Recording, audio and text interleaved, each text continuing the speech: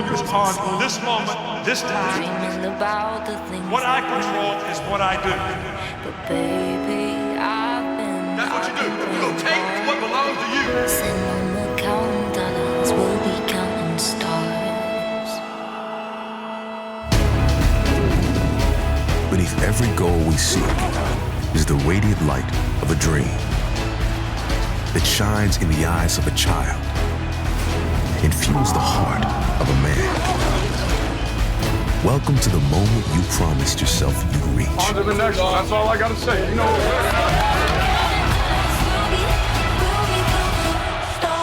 Keep turning your story into myth. Alabama has again done the job. Turn another page in your fairy tale. Touchdown, Bearcats! Put an end to a long climb. The Wolverines retake the lead. Take the next steps to the ultimate reality. Everything that kills me makes me feel alive.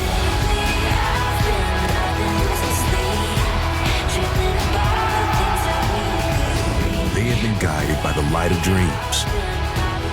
They play to give them shape and come away a winner.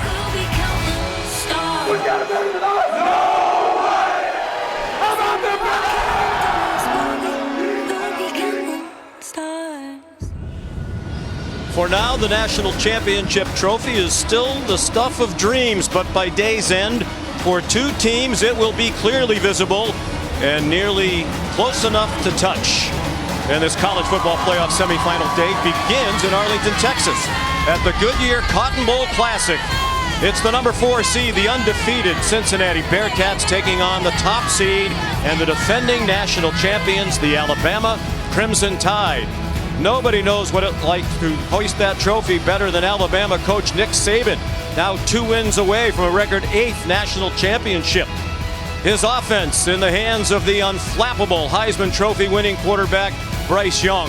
The defense led by Will Anderson, who leads the nation in sacks. He's trying to get his hands on Desmond Ridder, one of the winningest quarterbacks in college football history. He is the dual threat leader of a talented and history-making Bearcat squad about to play in the biggest game in school history in the first half of our doubleheader. In the second half tonight, the Big Ten champs, the Michigan Wolverines, making their CFP debut against the number 3 seed Georgia, a Bulldog squad dominant, number 1 for so much of the season before their loss to Alabama in the SEC championship. Hi, everybody, and welcome to the Ram Truck Kickoff. Sean McDonough along with Todd Blackledge. Delighted to have you with us for a great day of college football. Todd, as we know, we've been here. It hasn't always been a great day in the semifinals for one of the two teams. In the 7-year history of this CFP format, the average margin of victory in this round is 21 points per game. Only 3 of the 14 games decided by single digits. And the odds makers expect more of the same today. Alabama, about a 2-touchdown favorite. But Alabama has a lot of respect, as do we, for Cincinnati. Matter of fact, Bill O'Brien, the offensive coordinator for the Tide, said this Bearcat team would fit right in the SEC. Yeah. Well, the Alabama staff understands what we understand. This is a legitimately good Cincinnati football team. They've won 22 of their last 23 games. It's a veteran team with over 30 seniors who have played a lot of ball. They've got NFL talent all across their roster, and they know who they are. They play to their identity. I know what to expect. Quite honestly, I'm a little more uncertain of what to see from Alabama today. Is it going to be the team that had to fight to win close games down the stretch against LSU, Arkansas, and Auburn? Or will it be the team that blew out number 1 Georgia in the SEC championship game? We'll find out in a few minutes. One thing we know for sure, Bryce Young is going to be terrific. He has been from moment 1. We were in Atlanta to watch his first start of his career against Miami. Poised from the very beginning, and obviously enormously talented as well, on his way to winning the Heisman Trophy. And deservedly so. We knew about his arm talent, but you said the right word, poised. That's the thing that stood out to me from week 1 all the way through. His calm demeanor, his presence under pressure, and not only his poise, but also for a guy who's not very big, he has tremendous field vision. And if you make a mistake in coverage, he'll find it and he'll exploit it.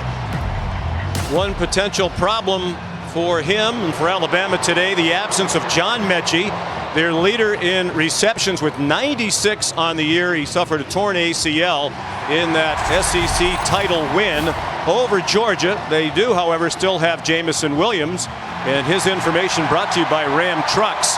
He is their leader in receiving yards and receiving touchdowns, and among the national leaders in both of those categories, averaging better than 21 yards per catch. He's a big playmaker, and he'll have his hands full today because he's going up against a great Cincinnati secondary with the best pair of cornerbacks in the country. This is the area where I think Cincinnati has their most favorable matchup. The combination of super senior Kobe Bryant and junior Ahmad Gardner, outstanding. They both are excellent man-to-man defenders and very instinctive zone defenders. And I think this secondary of Cincinnati has to have the idea and the plan.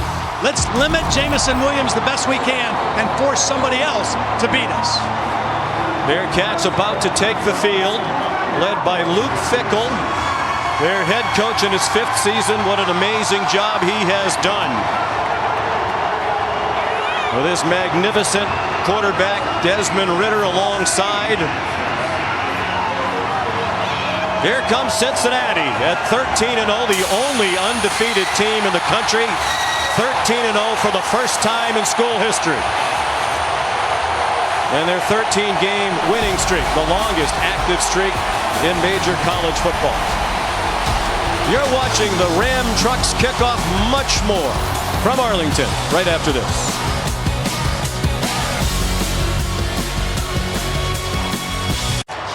We're back at AT&T Stadium in Arlington, Texas. You're watching the Goodyear Cotton Bowl Classic. The roof is closed here at the home of the Dallas Cowboys as Cincinnati arrives, the conference champions of the American Athletic Conference, making history, the first non-Power 5 conference school to make the CFP. Alabama, a fixture.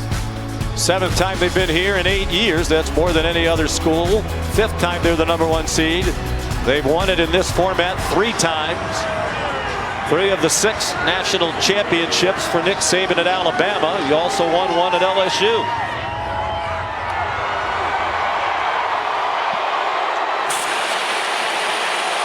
Seven titles for Saban, the most in the Associated Press era, which dates back to 1936.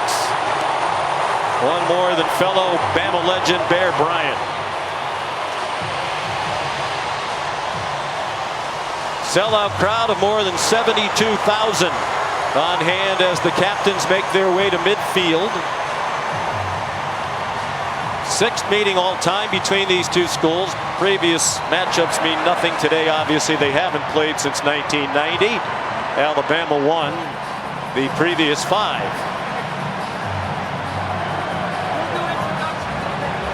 Steve Stremling of the Pac-12 is our referee. Welcome, everybody. To present this year's game coin is Bry Patton, chairman of the Goodyear Cotton Bowl Classic. Thank you, Bry. Captains, on behalf of the college football officials and in honor of Jim Blackwood, introduce yourself.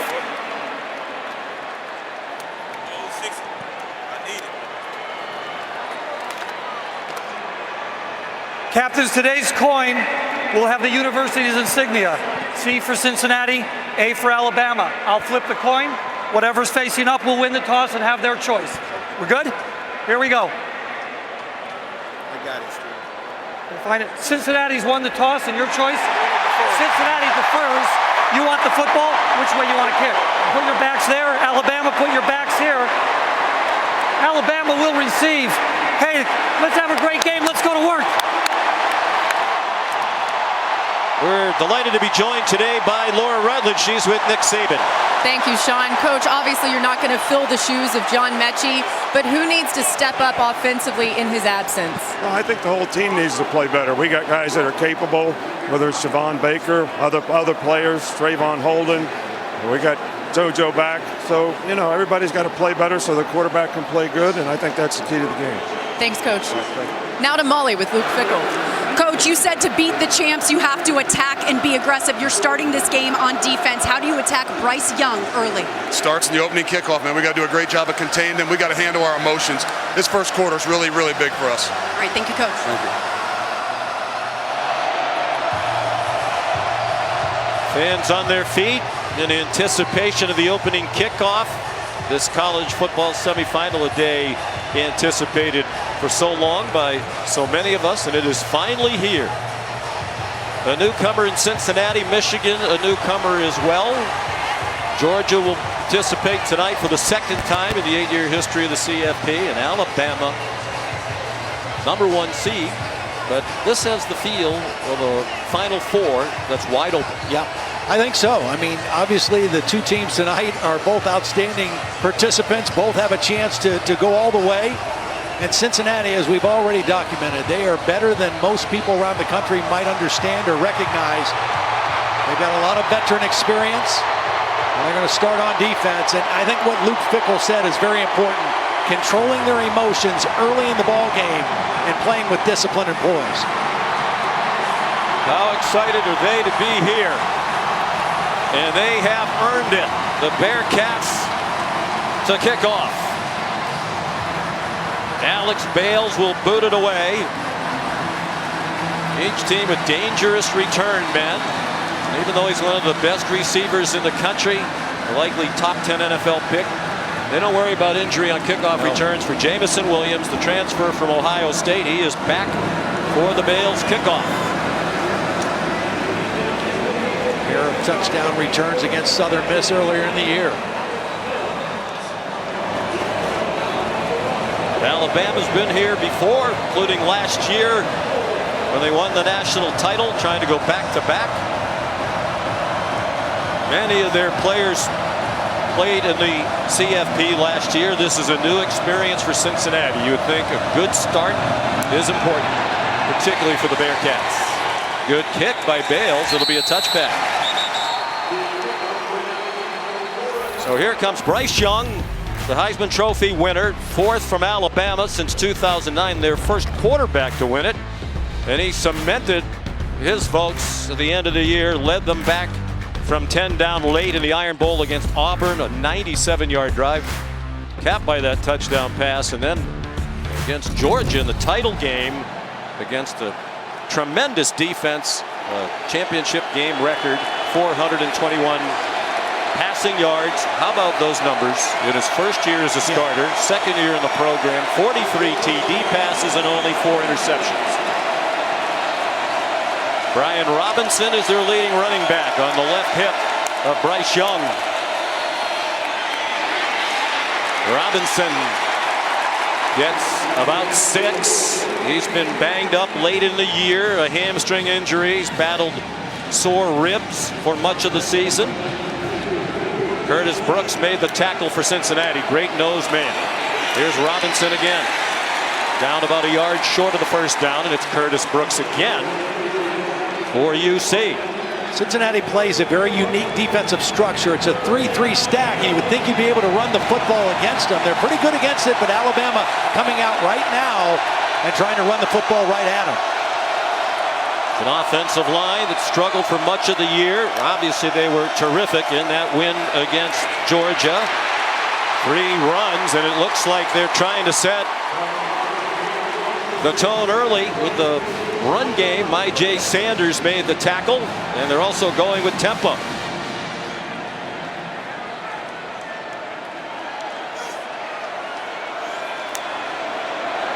One of the reasons for the tempo, even though they're backing off of this, is Cincinnati likes to do a lot of movement and shifts, and this is making that Cincinnati defense be a little bit more stationary and vanilla.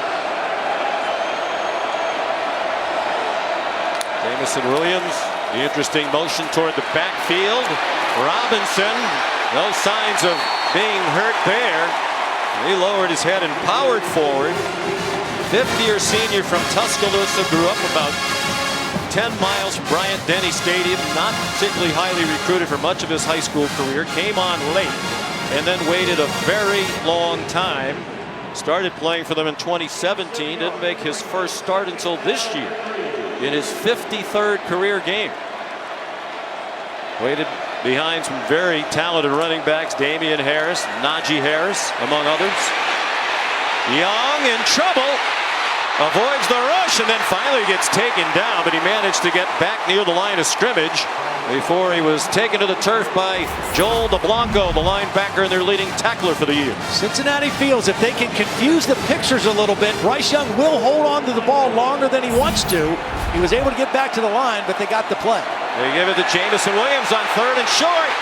Tremendous speed, and he had lots of running room. He goes down at the 34-yard line. I think the tempo that Bill O'Brien has Alabama playing with here in this first possession is causing some problems for Cincinnati. They were not in good position to defend that sweep. They're spotted at the 35. 1st and 10 Alabama. 2.5 minutes in, an impressive opening drive. And it's Robinson for nearly 10 more. When we talked to Luke Fickell, he said his biggest concern is how will we hold up physically up front in the trenches. These are going to be bigger offensive and defensive linemen than we've seen all year. And right now, Alabama trying to impose their will. Robinson again. A man on a mission. At the start of this game, powerful, 6'1", 225. Averaging 89 yards per game. Darian Beavers made the tackle, another excellent linebacker for Cincinnati.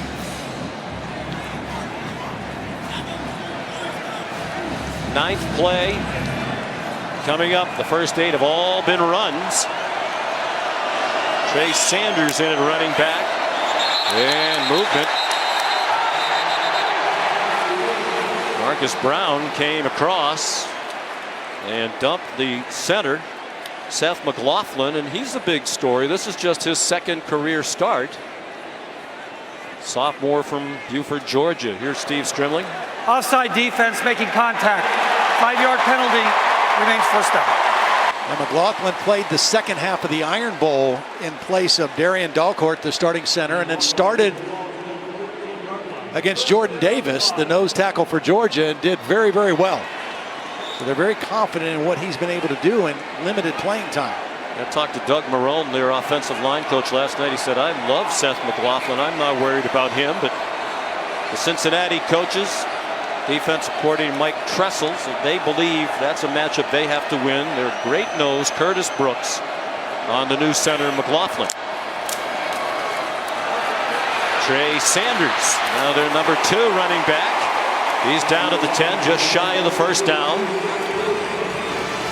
Sean, the other thing that Alabama is taking advantage of, Cincinnati is trying to play with 2 safeties kind of back to help protect against the wide receivers. That means less people around the line of scrimmage, and Alabama is just saying, well, if you're going to do that, we have favorable numbers to run the football, and we're going to run power football at you. That's Laura Rutledge's question to Nick Saban. How are you going to make up for the loss of John Mechie? The answer early, we're not going to throw it at all. We're just going to run it down their throats. 4.5 minute drive now. Sanders got blasted. Brooks in on the play again. DeBlanco there, but Sanders got enough for the 1st down.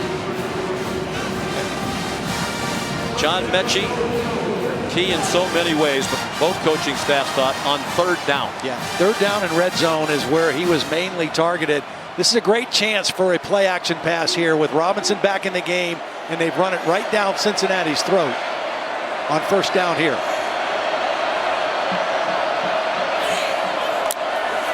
First and goal from the 8. Young throws, has his man, touchdown, Slade Bolden.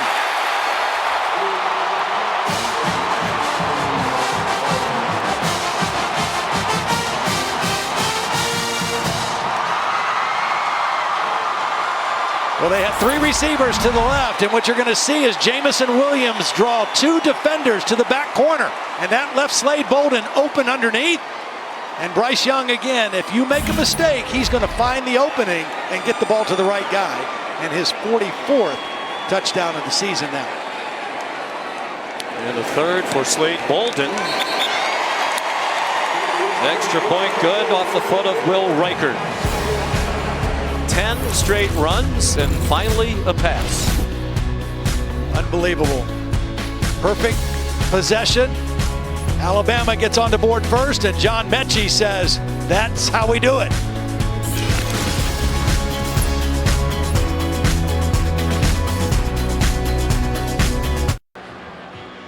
If you want to go to the College Football Playoff National Championship game presented by AT&T, you can do it with Playoff Premium, the ultimate experience that offers multiple package options, prime seating locations, all-inclusive hospitality, various other premium amenities. For more information, visit playoffpremium.com.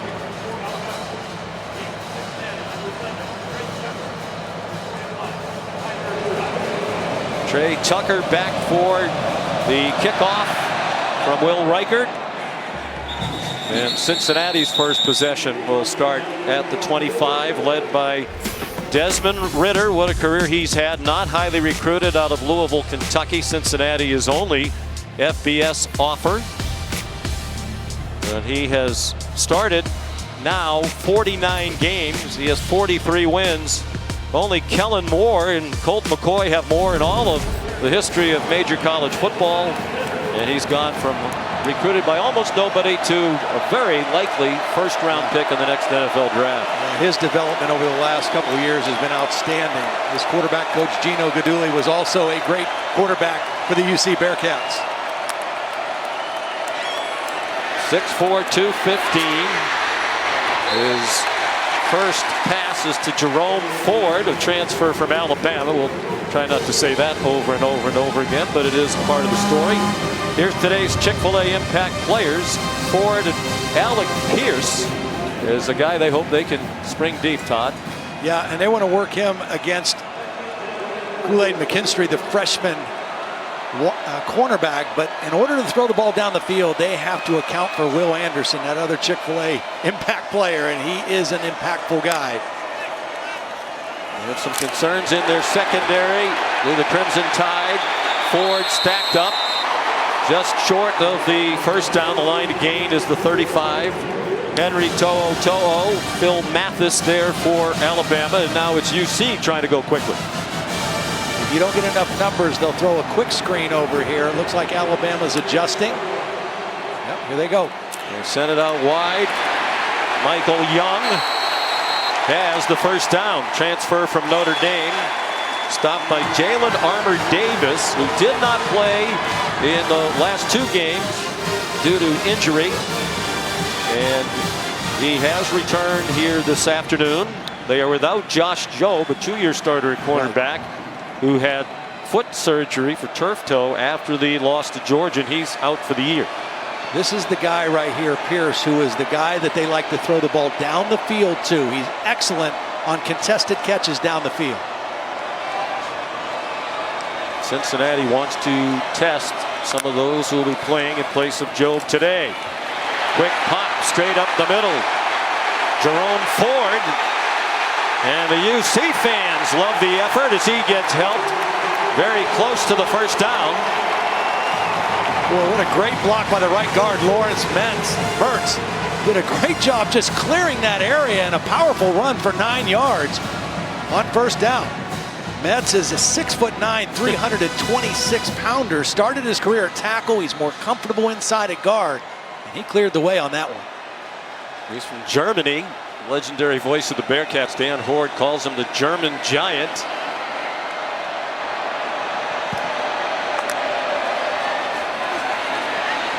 Ridder, his receiver, fell down.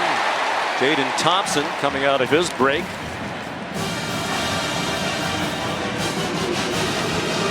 Second and short, they took a shot at the throw. How are they going to account for Will Anderson? Well, you're going to see tight ends over there. You're going to see backs chip on their way out. Anything they can do to help those offensive tackles, because one-on-one against that guy is not going to fare well if you're a Cincinnati Bearcat fan. 32.5 tackles for loss to lead the country. See the statistic. That's 10.5 more than anybody else in the country had this year. Devin Lloyd of Utah next. And on 3rd and 1, they pick it up with about 1.5 yards to spare. Ryan Montgomery, junior running back, who's a third down specialist. It's a really good answer by Cincinnati. Not only are they moving the football, they're doing it on the ground. They're running right at this Alabama defense. They knew it would be tough to run inside. Nick Denbrock, the offensive coordinator, also the tight end coach, has coached quarterbacks. Done a brilliant job this year mixing this offense, run and pass. They average 39 points per game, 8th in the country. Interesting play. You'll see that a lot. It got flipped to Michael Young, and he's down near the 30-yard line. Impressive response by Cincinnati after the opening touchdown drive by Bama. That's the play that Nick Saban and Pete Golding were very concerned about. It's like an option play because there's a fake to the back. The quarterback can pull it and keep it, and the pitch man is just a guy out in the flat. In that case, it was a wide receiver, Michael Young. Very effective way of keeping this defense honest. A lot of time that flip goes to one of their excellent tight ends. It's a 20-yard gain. Ritter's 3 out of 4. And that pass batted down. Brian Branch, he plays in the secondary, but he's around that line of scrimmage a lot. They'll blitz him. He's a run stopper. He's a good blitzer, and he's smart, too, because he knew he wasn't going to get to Ritter, but he had eyes on the quarterback, and he timed his jump and knocked that ball down. He might also play some cornerback today. Pete Golding, who you just saw a moment ago, told us if their corners struggle without Job, with Armour Davis perhaps less than 100%, Branch could play some cornerback.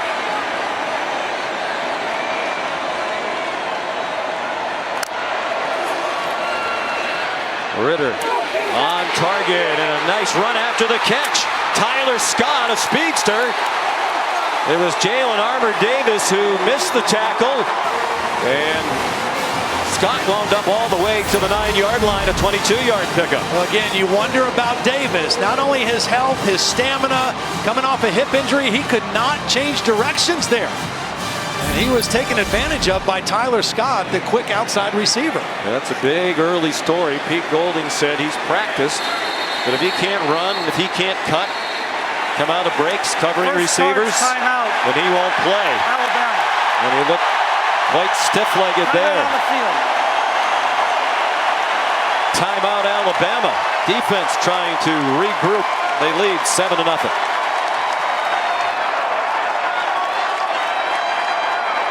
Football playoff semifinal at the Goodyear Cotton Bowl Classic is brought to you by Goodyear.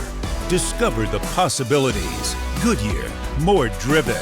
AT&T 5G, fast, reliable, and secure. Taco Bell. And Allstate. Save money like a champion with Allstate. There have been some outstanding non-Power 5 teams over the recent years in college football. None of them have the opportunity to do what Cincinnati could do today. They're already the first Group of 5 team to make the college football playoff, and they're on the move trying to answer the opening score by the Crimson Tide. The guys they like down here, right there, and tight end Josh Wiley. You've got Alex Pierce out to the right. You've got Josh Wiley in the slot to the left. 2 big, rangy receivers. First and goal from the 9-yard line. Ritter run fake, the ball batted out of the air, and it falls incomplete. A big play by the defense right out of the Alabama timeout. He had Pierce open on the slant. He had beaten McKinstry right away. And the ball, the second time, the ball is knocked down. Watch right here. The slant, he's got McKinstry beat. Right off the snap, boom. He's wide open. The ball is knocked down the line of scrimmage. I think To'o is the guy who got a hand on it. Or that would have been a touchdown for the Bearcats. To'o, their leading tackler, transfer from Tennessee.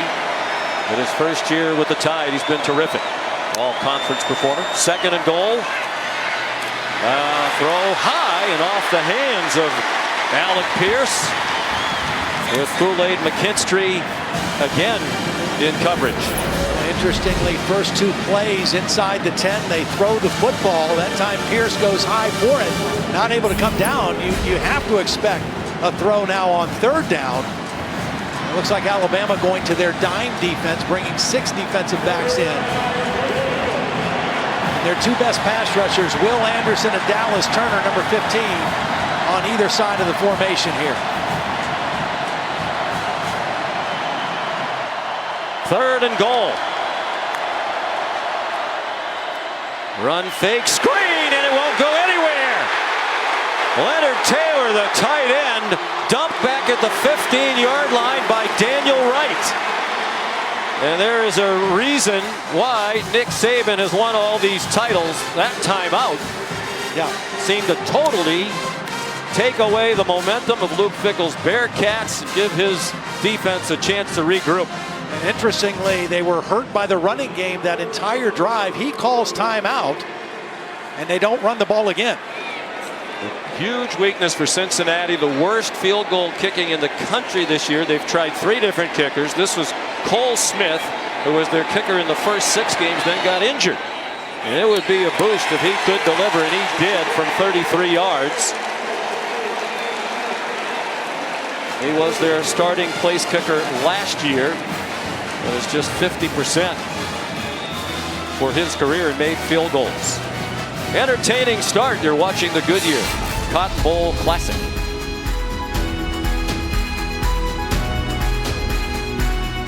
Tomorrow we ring in the new year with a stellar triple-header of bowl games on ESPN, starting from the beautiful Valley of the Sun, the PlayStation Fiesta Bowl, Oklahoma State and Notre Dame. Marcus Freeman making his Irish coaching debut as the head coach.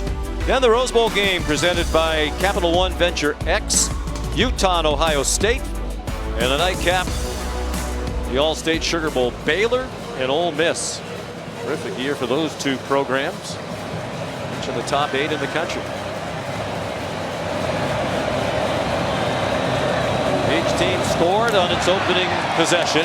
Alex Bales kicks off. It'll be his second touchback. And of course, before we jump ahead to that great triple-header tomorrow, I don't think you need a reminder of this, but just in case you do, the Capital One Orange Bowl comes your way next. Number 2, Michigan. Number 3, Georgia. Michigan, the first college football playoff team in the history of this event to start the season unranked and make the playoff. And that's a big development here. You see the padding around the injured hip of Jalen Armour-Davis. A little light pedaling of the bike. Yeah, I think that's an electric stim unit of some sort too. I saw the trainers adjusting it and trying to just get him comfortable, because he did not look comfortable on that last possession. Alabama threw 1 pass on the opening touchdown drive. They started the game with 10 straight runs, and they start this possession with Brian Robinson upended by Darian Beavers. These 2 inside linebackers for Cincinnati have got to be factors. Beavers is an NFL caliber guy, 6'4", 260 pounds. Joel DeBlanco, they're both 6-year seniors. They're veteran guys. Their physical presence on the inside. The tempo kind of affected them that first Alabama drive. They have 8 senior starters on defense. Young was 1 for 1 on the opening drive. The touchdown pass to Slade Bolden of 8 yards, and he throws this one away.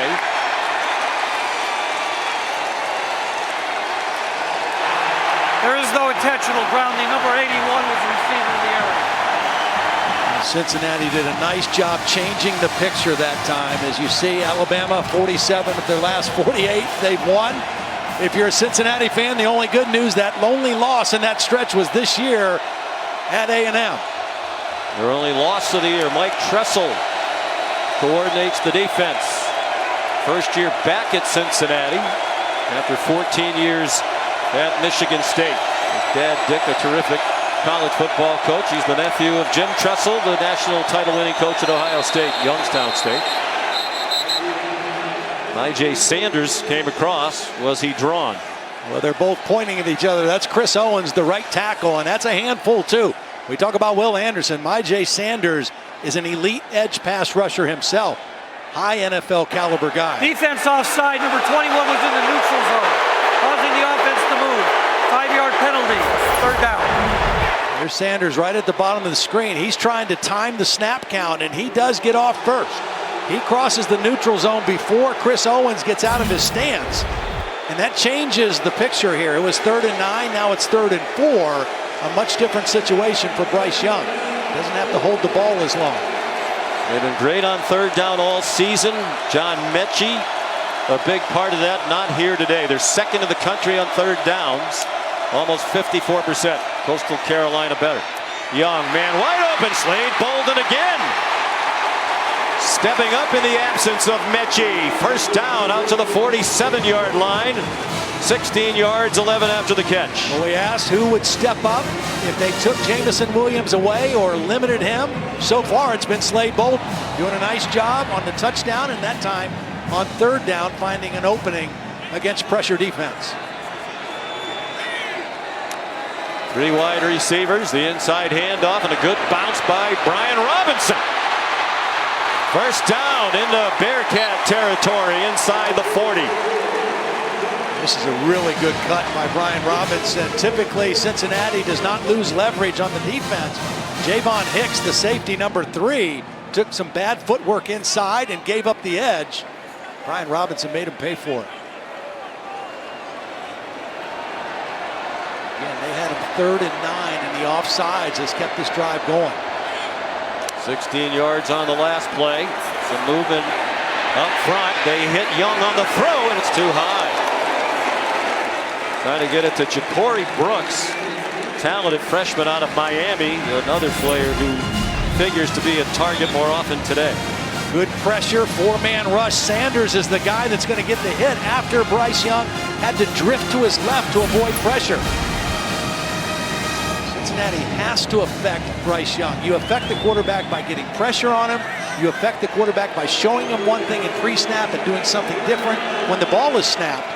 If you don't, he's too good and too well prepared and too accurate, and he'll pick you apart.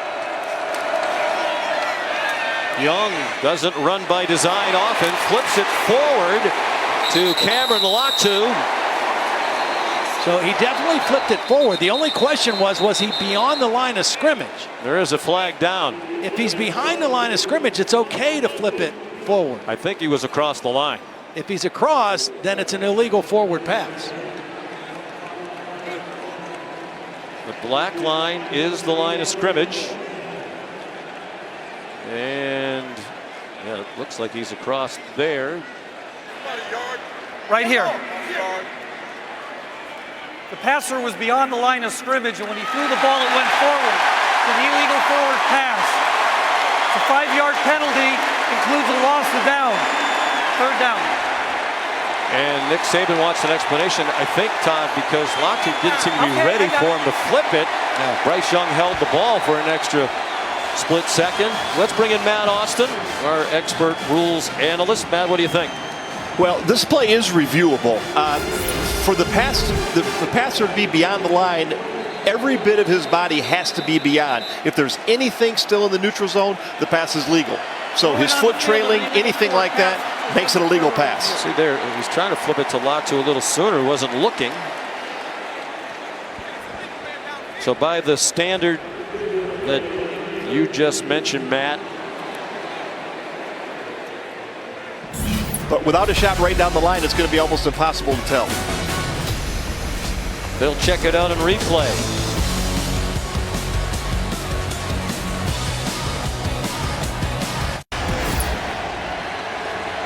Welcome back to the College Football Playoff Semifinal, the Cotton Bowl Classic presented by Goodyear. While we were away, Steve Strimling, the referee, announced that the call on the field stands. It's an illegal forward pass, so it'll go into the books as a 1-yard rush for Bryce Young, and then a 5-yard penalty from there. It's 3rd down and 14. They're at the Cincinnati 41, leading 7-3.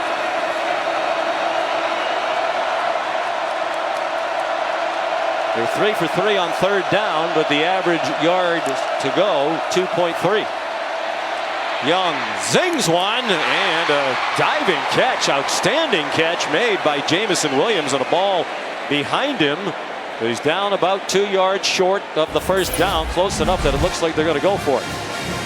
Bunch formation there, zone defense by Cincinnati, and you mentioned it, a great catch by Williams going back to the football. Quick snap. Robinson runs over the defense and has the Alabama first down at the 25. Really nice block by Jaleel Billingsley, one of the tight ends. Watch number 19 lead up in there. It's just kind of a power zone run because you've got a lead blocker. And Brian Robinson running with force tonight so far. Ran over Brian Cook, who's known for delivering big hits in that Cincinnati defense. Robinson He's been a standout here in the first quarter, and he has them at the 10-yard line.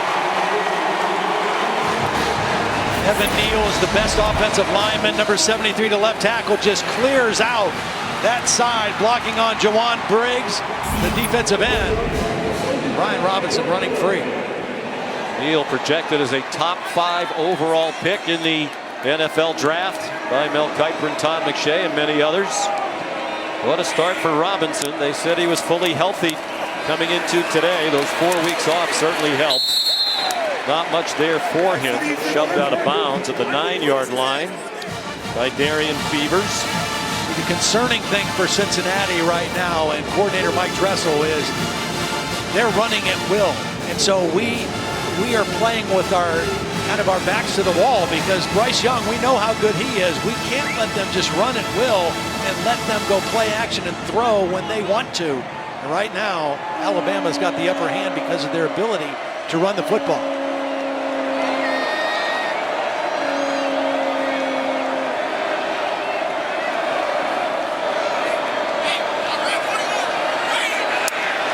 Play clock down to 0, no flag, and Beavers manages to yank down Bryce Young for a loss. Cincinnati crowd thought there should have been a delay of game penalty. This actually worked out better. They got more lost yardage on the play. The Bama fans thought there might have been a face mask on Beavers. Looks like the shoulder pad there, or does it? It started on the shoulder pad, ended up on the side of the helmet. I don't think he ever got the face mask, or he never got the horse collar either. So a good play by Beavers. And they've been able to create a little confusion for Bryce Young in some situations. Now here's another critical 3rd down play. They've got to come through again on back-to-back plays. 3rd and goal from the 15. They overcame 3rd and 14 to pick up the first down on 4th down to extend this drive. They don't have to snap it in this quarter. They do. Young across the line of scrimmage. Bryce Young shoved out of bounds inside the 5 by Ahmad Gardner, better known as Sauce to Bearcat fans. Well, it's unanimous All-American. Man coverage, and Bryce Young read that and saw that and started taking off and got that ball inside the 5-yard line. Still a 4th down, but a good read by Bryce Young as the first quarter comes to an end. Will it be a 4th down attempt or a field goal try? We'll find out.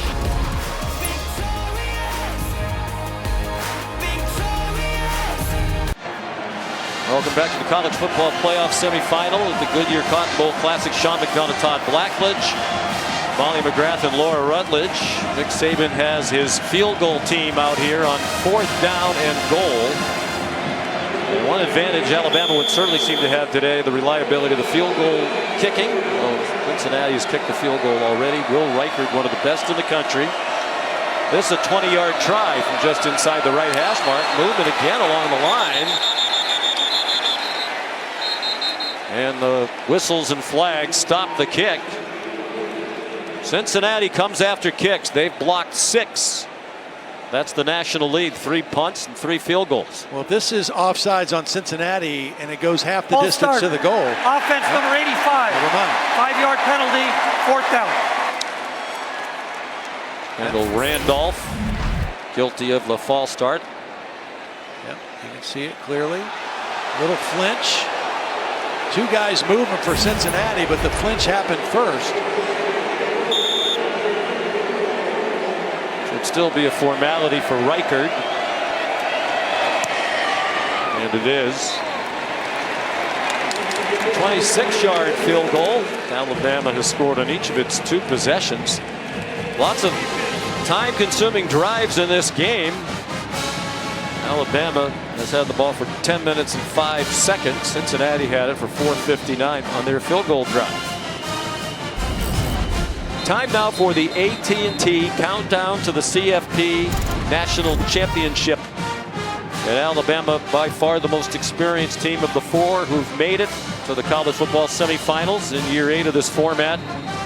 They're in it for the 7th time. They've won 8 games in all, 8-3. and 3 national titles in the previous 7 years. They're 5-1, Todd, in this semifinal round. The only loss was in the first year of the format to Ohio State, which went on to win the national championship. And there's the old adage, you give Nick Saban 3 or 4 weeks to prepare. That's even more of an advantage than he typically has. Yeah, I tell you, the consistency that they have played with and performed at on the highest stage is what's most remarkable. I mean, Luke Fickell says, I mean, what he's been able to do and what he's been able to sustain is what's remarkable about Nick Saban. And they've done it at a championship level year in and year out since his first year when they were 7-6 in 2007. Reichard's kickoff is a touchback. Let's check in quickly with Laura Rutledge. Sean, we're keeping an eye on Alabama cornerback Jalen Armour-Davis, who you see behind me is still on the exercise bike. He's got that electric stim band around his beginning treatment for that entire Alabama offensive drive. He was asked by an Alabama athletic trainer if it was a high point. He nodded no and has continued to say that he feels okay to anybody who stops by. But as you can see, looks like he's not going to go back in for a little bit here. So Kyrie Jackson is in, first year at Alabama, junior college transfer from East Mississippi. Considered a top junior college player. They have plenty of talent, even in the second and third teamers. Here's Jerome Ford for about a 4-yard run. And because they have plenty of talent, Jerome Ford got tired of waiting, understandably so. Played 2 years at Alabama and had just 31 carries over those 2 years. Decided to transfer to Cincinnati. Mike Denbrock, the offensive coordinator, told us yesterday Jerome's a great combination of speed and power, a home run hitter. Thank God Alabama had about 6 more guys just like him, so he could come and play for us. He's off the field right now. Also catches the ball to backfield very well. Desmond Ridder didn't see the rush coming until it was too late. DJ Dale, who was injured late in the year, returned to play in that victory over Georgia in Atlanta. Well, here he is right here. He's going to come on an inside stunt, and the offensive line for Cincinnati doesn't play it. They get in there. The stunt, Dale actually came from inside out and made the sack. But a little twist game inside, and DJ Dale got to the quarterback Ridder before he could get rid of it. Big loss, 9 yards, 3rd down and long for UC. Ryan Montgomery, their 3rd down back, on the left side of Desmond Ridder. 4-man rush, quick throw. And nowhere near the first down marker. Tyler Scott taken down immediately by Brian Branch. And the negative play on 2nd down, the sack. You know, Mike Denbrock doesn't want to get too flashy there at this point in the game, deep in his own territory. And Alabama has you right where they want you. 3rd and long, let him catch it underneath and make a sure tackle. Well, they have a couple of big concerns. The field goal kicking one of them. That's off to a pleasant surprise for Cincinnati. But can the offensive line hold up against Alabama? Not a surprise. It was a quick throw, even on 3rd and long. Mason Fletcher from Australia. First year as the Bearcat punter and well covered. Jojo Earl, the freshman, returning punts. And it was Tyler Scott, the wide receiver, who stopped it for a 2-yard return after a 43-yard punt. Aerial coverage provided by Goodyear. Anything can happen as long as you have the drive. Goodyear more driven. Sean, one thing we have not seen Alabama do yet, they've run the ball really effectively. They've been efficient. They have not tried to throw the ball vertically yet. Bryce Young, an excellent deep thrower. And of course, Jamison Williams, that's his specialty, running deep routes. We might see it on this possession, just to challenge this Cincinnati defense. 106 yards rushing, most in any quarter for Alabama this season. Most of those for Brian Robinson. There's a flag down as Trey Sanders runs through the middle of the defense for 8 yards. Joel DeBlanco the tackle. Illegal formation, offense, more than 4 in the backfield. 5-yard penalty, 1st down. And one of the things, Todd, that surprised me preparing for this game, these are 2 of the most penalized teams in the country. Yeah. Uncharacteristic of both of these teams, so well coached, particularly Alabama. And one of the big problems Bama had in that Iron Bowl against Auburn. 11 penalties for more than 100 yards. Managed to overcome with an epic comeback.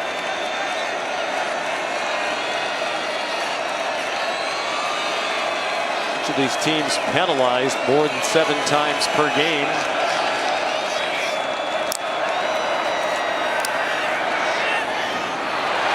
Throw incomplete. Looked like the receiver was stumbling. Trey Sanders. Bryce Young just 3 of 6. He does have the touchdown pass to Slade Bolden, but again, Cincinnati doing a pretty good job of disguising their coverage. We've seen him have to throw the ball away a couple times. He's looked uncertain a couple times. And again, this is a very veteran defense. 8 of 11 starters, seniors, or graduate students. 2nd and 15. They swing it out for Sanders, and he's met immediately. Managed to pick up a yard. And Ahmad Gardner and Joel DeBlanco were there. Cincinnati with a chance to answer with their own 3 and out right now. 3rd and long. They've got Alabama backed up.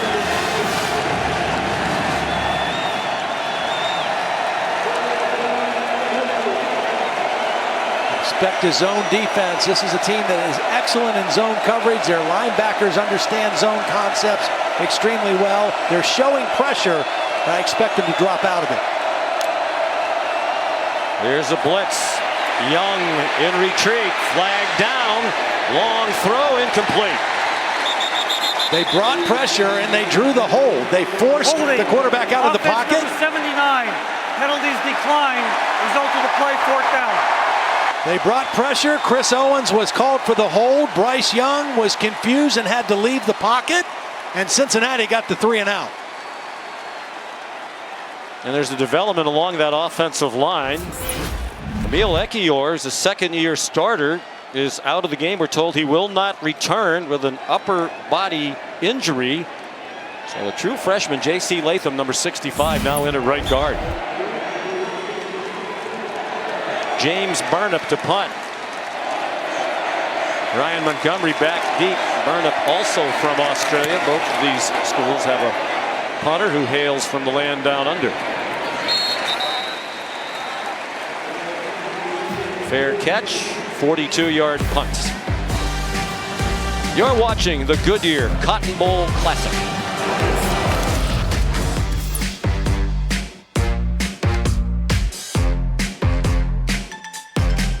Taco Bell in the college football playoff are bringing the best of the regular season to the college football playoff by creating the Live Moss student section. Taco Bell's provided tickets for students from schools participating in both the Goodyear Cotton Bowl Classic and the national championship game, so that the most passionate fans can cheer on their teams. And there are a lot of them from both schools here. Jerome Ford seemed to injure his thumb or hand.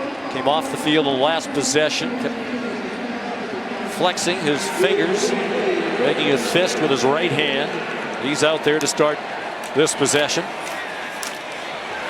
And goes straight ahead. Stacked up for a 1-yard gain. This was the first play of Cincinnati's last possession. It was a pretty good run. He puts his right hand down the ground to break his fall. And it looked like he may have jammed his thumb. He came out, he tapped out, and they came and they're looking at his wrist or his thumb, but he seems to be okay and back in the ball game right now. He's had a tremendous season.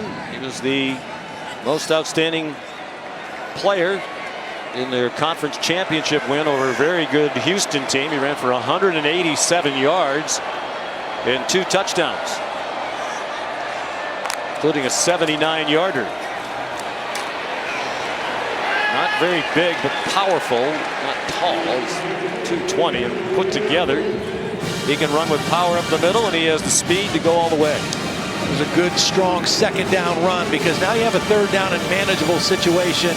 Desmond Ridder does not have to hold the ball long in this situation against this Alabama pass rush. Again, you better account for Will Anderson. He's been pretty quiet so far, but you better make sure you have an extra body around him in most cases. Wanted to take some deep shots. So far they haven't. Determined to get the ball off and protect Ritter. And a short throw, batted out of the air again, and it falls incomplete. Knocked down by Phil Mathis. The third knockdown pass, and Alabama obviously very schooled, expecting quick throws. Keep your eyes on the quarterback and get your hands up. Mathis does a great job. He's engaged with his right hand. He keeps his left hand free and is able to knock that pass down. And that's just good fundamental technique and coaching, knowing quarterbacks are going to throw it quick. You can't get there, do the next best thing. Slade Bolden back for the Mason Fletcher punt.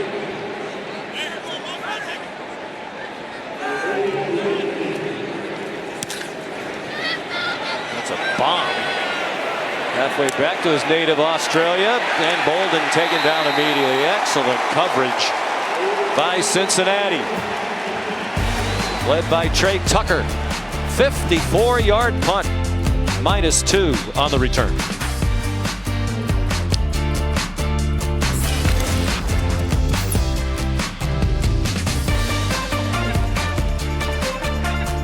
The College Football Playoff semifinal at the Goodyear Cotton Bowl Classic is brought to you by Goodyear. Discover the possibilities. Goodyear, more driven. Cheez-It, cheesy, crunchy satisfaction. And the proven formula of Gatorade. Greatness starts with G. That was a great start for Alabama. Impressive opening drive for a touchdown. Cincinnati fans stating their case, and Bill O'Brien agrees. When we talked about Cincinnati, offensive coordinator for Alabama, he said, I don't want to hear any of this non-Power 5 conference, well, let's call it nonsense. That wasn't the colorful description of it that Bill O'Brien gave us. Said it's a bunch of baloney. They're an outstanding team, so they'd be ultra competitive in the SEC. Bill O'Brien, first-year offensive coordinator after his run as head coach in the NFL with the Houston Texans, where he won 4 division titles. He will be a head coach again. The inside handoff fake. Jamison Williams chopped down on the swing pass for a loss of a yard. It's Sauce Gardner. That's one of the things that makes these corners so good. Not only they're excellent coverage guys, they're willing tacklers. Bearcat down at the end of that play. I think it's Deshaun Pace or Arquan Bush. It's Arquan Bush, we believe. It was their third corner, their nickel. Coach Tressel told us he'd be the best corner on a lot of teams.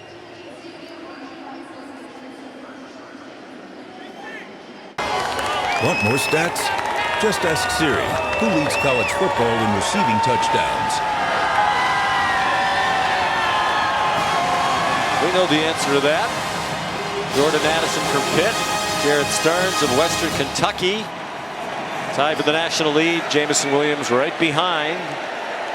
Haven't thrown it to him much. Targeted him 3 times. Probably will take a shot deep at some point. Test these great corners. Young over the middle. It's Jaleel Billingsley. And on 2nd and 11, they pick up the first down. Just a little quick read by Bryce Young. Kind of a pop pass to the tight end. Voided area, vacated area. And Billingsley shows his athleticism. Arquan Bush came out for one play. Looked like he just had the wind knocked out of him. He's back on the field now. Brian Robinson. Wow. Looked like they had him completely stacked up, but 3 or 4 Bearcats couldn't get him on the ground. He picked up 6. They actually had him behind the line of scrimmage. This is just good strength by Brian Robinson, not giving up on the play.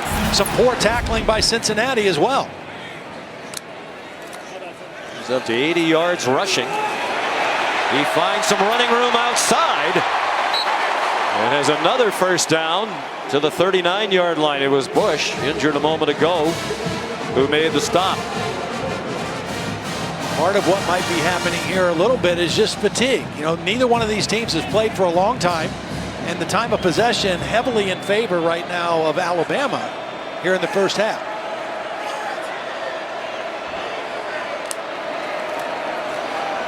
Trey Sanders runs into some traffic.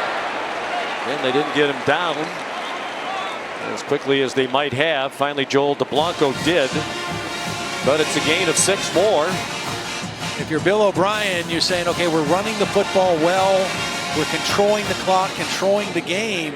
But at some point, we've got to try to get number 1 involved and let him run down the field and do what he does best. The most anticipated individual matchups of the Bulls season. Jamison Williams against Ahmad Sauce Gardner. There's Williams.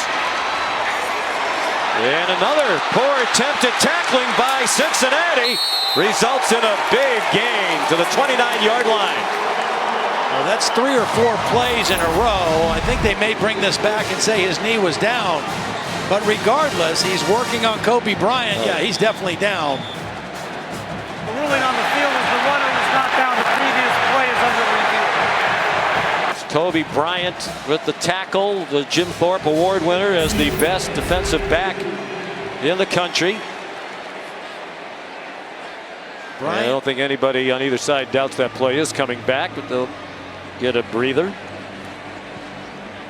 Kobe Bryant is named for the late great basketball star, and this Kobe ordinarily wears number 7, but today to honor the Lakers star Kobe Bryant, who wore the number 8 for part of his career, he has switched to the number 8. He grew up idolizing Kobe Bryant, wanted to pay his own personal tribute.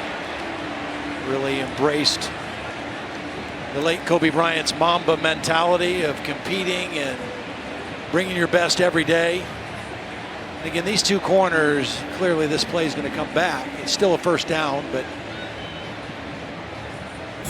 the 2 corners, Kobe Bryant plays to the field, and Ahmad Gardner plays to the boundary of the short side of the field. Ahmad Gardner has extremely long arms. He's 6'3". He presses most of the time. The runner's knee was down at the 49-yard line.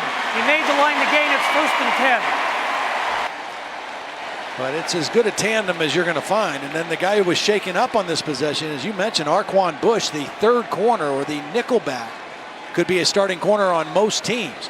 And they just feel comfortable with any of those 3 guys. Wherever Jamison Williams is going to line up, they feel comfortable that any of those 3 guys can be the initial defender on it. That's why we haven't seen Gardner or Kobe Bryant flip sides or do anything different than they've done all year because of Jamison Williams. This time he's over there against Gardner on the far side of the field.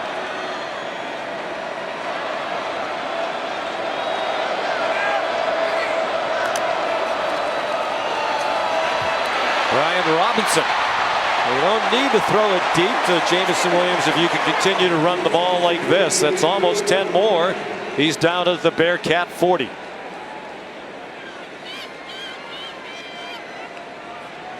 And 100 plus in the first half for Robinson.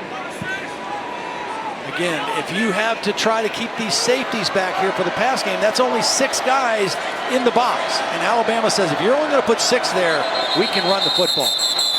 Why wouldn't Cincinnati put more up there? They love their secondary. They know their corners can cover. One-on-one. There's Mike Tressel, Luke Fickell, who's very involved in the defense, longtime defensive coordinator at his alma mater, Ohio State. But Mike Tressel said to us the fact that Kobe Bryant and Sauce Gardner can play one-on-one and play it so well enables us to do a lot of the things that we do, and you would think one of those things would be crowd the box. Well, right now they've been a little bit conservative, and they have given up run yards, and you know, so at some point he's going to have to make a decision. Do I commit another guy? Do I bring a safety down and play more of a one-high safety look and trust my corners to hold up? I think we might see that, particularly if they get closer to the red zone on this possession. And credit to the Alabama offensive line. For so much of the year, the narrative was that this might be the worst offensive line of the Nick Saban era.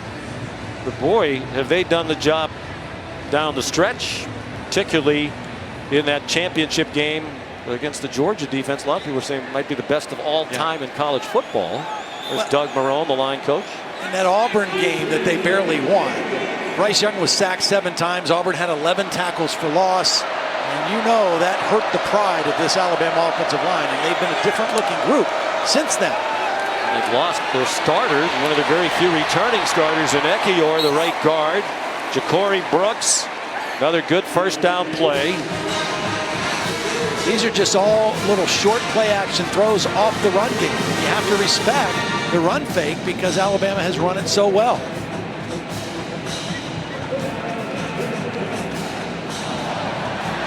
Gain of 10. It's on 2nd and 1. This is a first down play. Under 6 to go till halftime. Beavers and DeBlanco are the guys that have to step up. They bring pressure. Bryce Young trying to run away, gets it off and threw it away in the direction of Jaleel Billingsley. Barry Taylor had initial pressure, and then Deshaun Pace, the linebackers, their leading sack man, made him throw it away. Yeah, you're going to see pressure. And Deshaun Pace, I really like him. He's a young defender. Watch him instinct. He gets blocked initially and then accelerates to the quarterback, forces the throwaway by Bryce Young. Local product out of Cincinnati Colerain High School, a great high school program in the Cincinnati area. And he's a playmaker, leads their team in interceptions, has a real instinctive nose for the football. The third leading tackler, even though he splits time with Ty Van Fossen. The position they call sniper, outside linebacker. Young, short throw, short catch for Jamison Williams. Kind of has morphed into a possession receiver today in the absence of John Mechie. Well, I think we've seen Cincinnati showing great respect to the passing game of Alabama, and we've shown Alabama and Bill O'Brien showing great respect to the pass defense of Cincinnati, not challenging them down the field so far in the ball game. Approaching 5 minutes to go till halftime. Bolden has kind of been the guy on third down here for Bryce Young. Williams were in motion. Young found an open man, but it's an incomplete pass off the hand of Jaleel Billingsley. He was open. It would have been a first down. They'll settle for a field goal try. Yeah, the last two throws, Bryce Young did not look comfortable, and we haven't said that about him much all year. Billingsley's open. The ball is a little bit behind the receiver. You got DeBlanco there to try to get a deflection anyway. But two throws in a row, that did not look like the Bryce Young we've watched all year. I wonder if he saw DeBlanco about to step into the throwing lane. That's why the throw was a little bit behind. 44-yard try for Will Reichard. Wide left. A rare miss by Reichard, who had made his last 6, 8 of the last 9, and was 83% for his career. Well, you wonder if kickers are bothered by this or not. It's a good snap, but the laces are right behind, right at the kicker's foot, and Reichard with a rare miss. Cincinnati gets the ball back.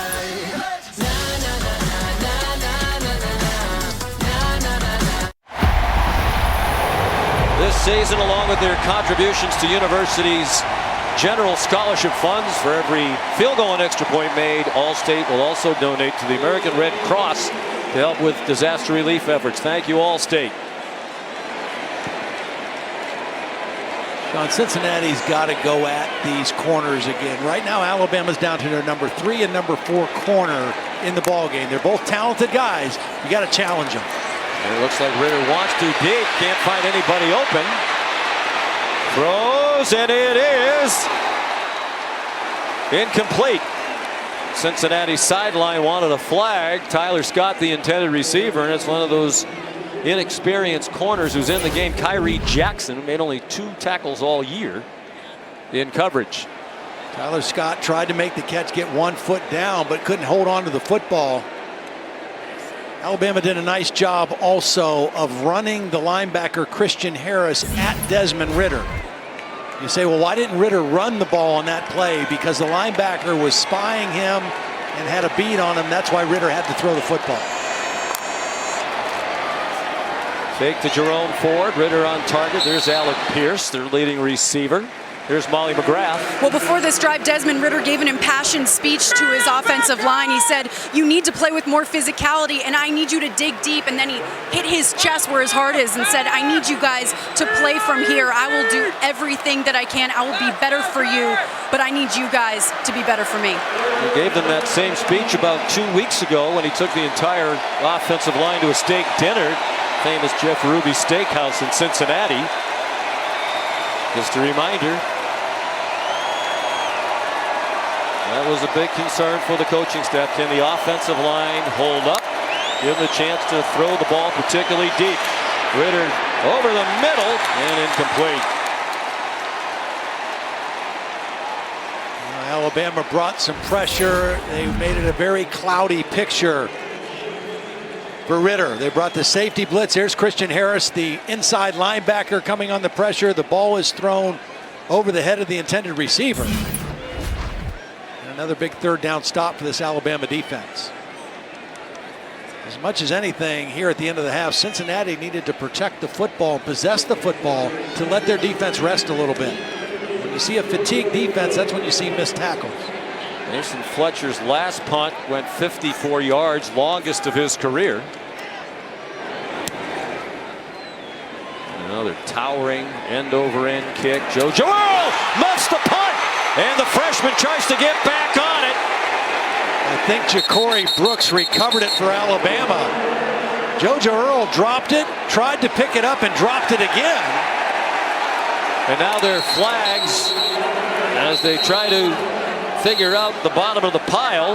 There's going to be a personal foul or unsportsmanlike conduct on Alabama also, because somebody grabbed the punter, Mason Fletcher, and threw him to the ground. Fletcher was near the pile. Somebody picked him up and threw him to the ground. Might have been Jalen Moody, the linebacker. Here's the drop. And JoJo Earl tries to pick it up instead of falling on it. And Alabama very lucky that they come up with that. Looked like Kool-Aid McKinstry got it back. Number 1. Earl, true freshman. He missed some time late in the year. They've used a number of different punt returners. The ball was recovered by Alabama. After the play on sportsmanlike conduct, Alabama number 42. Half the distance to the goal. It's 1st and 10. That's number 42's first unsportsmanlike of the game. First of all, he grabbed Mason Fletcher. Mason Fletcher is not going to do anything. I mean, of all the guys to grab, he's not going to cause a ruckus in there at all. Mason Fletcher is a freshman punter, 6'7", 202 pounds. But that's a costly penalty now on Alabama. 47-yard punt that time for Fletcher. Now he comes from a tough family. His dad, Dustin, who's here today, seeing him for the first time in more than a year from Australia. Dustin Fletcher, 23 years a star in Australian rules football. I know you'll explain later some of the rules differences. He's considered one of the best defenders in the history of Australian rules football, a champion himself. And here today, Mason's 6'7". He gets a size from his dad. He's 6'6". Younger brother Max is a scholarship to punt at Arkansas. Well, because of the punt, because of the penalty, Cincinnati has a chance to flip the field if they can get a stop. But they got to stop Brian Robinson. He runs out near the 12. The field goal kicking's been a problem for Cincinnati, but the rest of their special teams are excellent. And you wonder if Earl, if he had it to do over again, would have gone for a fair catch with Tyler Scott right there as he went to field it.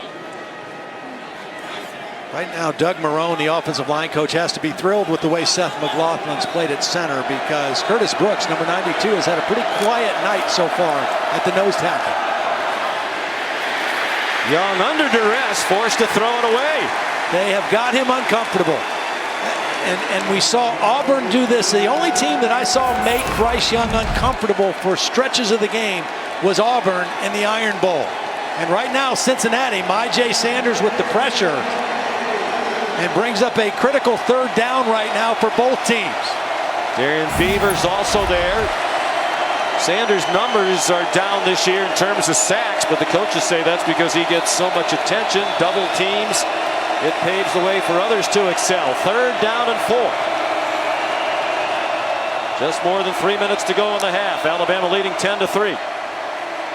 From their own 12, the catch made. And Jameson Williams backpedaled just long enough to get a big first down. Well, we're seeing a different role for Jameson Williams today for sure. I mean, normally in those third down situations where they needed tough catches, that was John Mechie territory. Jameson Williams are making them today. Ryan Robinson stacked up by Curtis Brooks. Both teams have 2 timeouts left. Luke Fickell thinking if his team can get a good stop on this second down play, he might use one here. Trying to get the ball back one more time. Remember, they deferred on the opening toss. They'll get the ball to start the third quarter. You want to try to build some momentum here at the end of the first half and into the start of the second. Young again, a little skittish in the pocket, flips it back to Brian Robinson, not skittish for long. Brian Robinson across the 40 and shoved out at the 42 by Arquan Bush. Well, again, we talked about the poise. He's looked a little uncomfortable at times, but he's going to maintain his poise. He's looking downfield. Everybody's covered. There's no open receivers. He starts to take off, and out of the corner of his eye, he sees his back. Brian Robinson flips him the ball, and they get another first down. 5 quarterback hurries, 1 sack for Cincinnati. Right on target, Young to Ja'Cory Brooks. Now the opposite is true. Bill O'Brien and Nick Saban have 2 timeouts. Now they've crossed the 50. Now you're thinking about how do you score again. Yeah, they have plenty of time. Yeah. 14-yard completion to Brooks, who's come on down the stretch. 2 catches today, giving him 7 for the year. The top wide receiver recruits in the country. They'll get a lot of them. As many as they're sending on to pro football. Pass behind JoJo Earl, and short of Jameson Williams. Almost difficult to tell to whom it was intended. Mercedes EQ halftime report coming up from South Florida, site of tonight's second college football semifinal in the Orange Bowl. Reese Davis, Desmond Howard, Kirk Herbstreit, and David Pollock will join you at halftime. Michigan and Georgia tonight.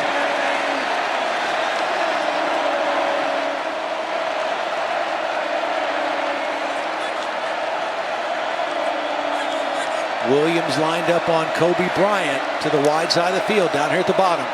And they throw deep to an open receiver inside the 10. Ja'Cory Brooks down to the pylon. Touchdown, Alabama.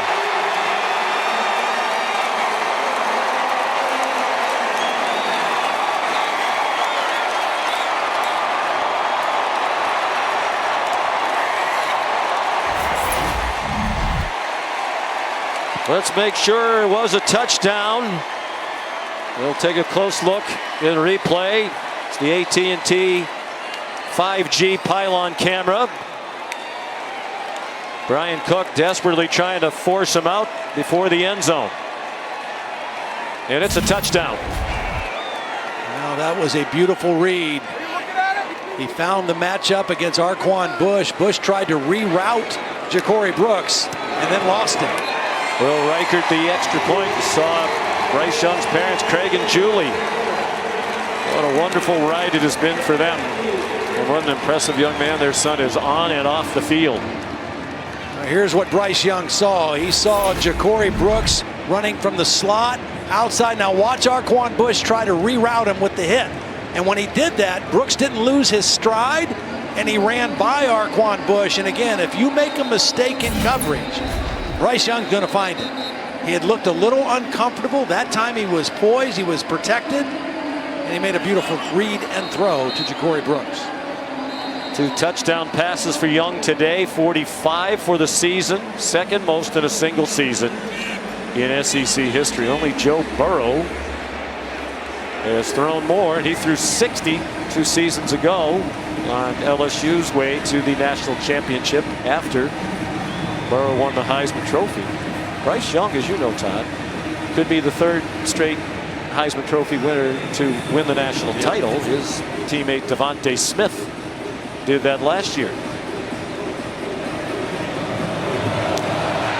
Big sequence of events here late in the half. Tyler Scott has great speed. Tyler Scott to the 40. And a chance to take advantage of great field position after an outstanding kickoff return. Join us for Monday Night Football as they cap off Week 17 on ESPN, ESPN Deportes, and the app. The Cleveland Browns and the Pittsburgh Steelers, AFC North teams desperately fighting to keep their playoff hopes alive. And as the NFL regular season is winding down, we remind you to the first time ever, we'll have a Week 18 regular season finale doubleheader. That's on Saturday, January 8th. And for the Super Wildcard Weekend, Monday night playoff game on January 17th. Exciting NFL action to come on ESPN, ABC, and ESPN Plus. Quick throw, knee down. Michael Young, short catch to the 44, pick up a 4. Michael Young bothered a little bit by an ankle injury late in the season, but he looks pretty good. Saw him on the practice field yesterday and then again today. A very quick athlete. Pressure on Ritter. Sidestep the rush of Christian Harris. Crosses midfield. Hung on to the ball as Will Anderson tried to bat it out and got the first down to the Bama 47. He sidestepped Christian Harris and he juked the other inside linebacker Henry 2020. Beautiful job running for the first down. Under a minute to go in the half, 2 timeouts, and again they really don't want to try a field goal. Back shoulder throw for Pierce, incomplete. He was surrounded by Alabama defenders led by Kyrie Jackson and Jordan Battle. Correct Henry's name, To'o, not 2020. To'o. Right? Or just Henry. And the way he's played, he's entitled for us to get it right. Get it right. To'o.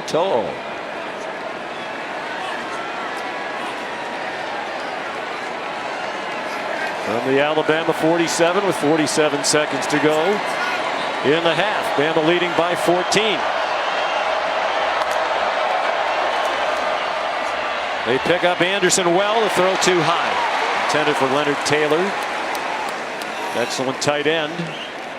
Desmond Ritter a little upset with his tight end there. I don't know if he didn't run the route that he wanted him to, if he thought he was going to break out. But Desmond Ritter clearly not happy with the result of that play. Neither team taking deep shots today. Particularly surprising that Cincinnati hasn't done it much, given that they thought they could exploit some of those new defensive backs out there for Alabama, less experienced defensive backs. Now, well, 2nd and 10 and 3rd and 10 are not the best times to try that. Ritter runs into his own man and gets taken down by the brilliant freshman Dallas Turner, who's transitioned from 3rd string to start the year to a force with 6.5 sacks now on the year. Well, he beat the left tackle, James Tunstall, right off the snap. Desmond Ritter, here he is right here. He's going to beat the left tackle. Desmond Ritter's going to step up in the pocket and run into his right guard, Lawrence Metz. And then Dallas Turner just doesn't give up on the play and gets the sack. And each team is going to let the clock expire.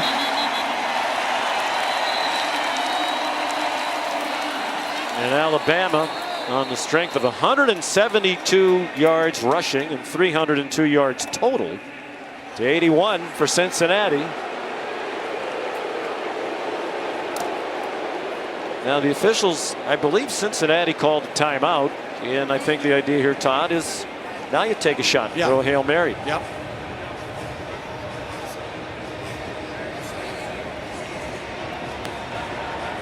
Thank you. You're welcome. So the ball at the 49. Ritter certainly with the arm strength to get it all the way to the end zone, and they love that big target, Alec Pierce, on jump ball plays. So you got Alec Pierce, you've got Josh Wiley, who's been very quiet so far, one of their 2 talented tight ends. Those are the big target guys that you potentially have if you want to throw the ball towards the end zone. They send 3 receivers wide to the field side and 1 receiver into the boundary. Three defenders back near the 15-yard line. Pressure. Ritter is sacked and the half. Will Anderson. Well, it was Dallas Turner the play before. This time it was Will Anderson. They even had the back there to try to help. At the end of the first half. But that's like helping stop a locomotive. And Will Anderson ends the half with a sack. Putting up numbers unlike anybody in Alabama history, except for the great Derek Thomas.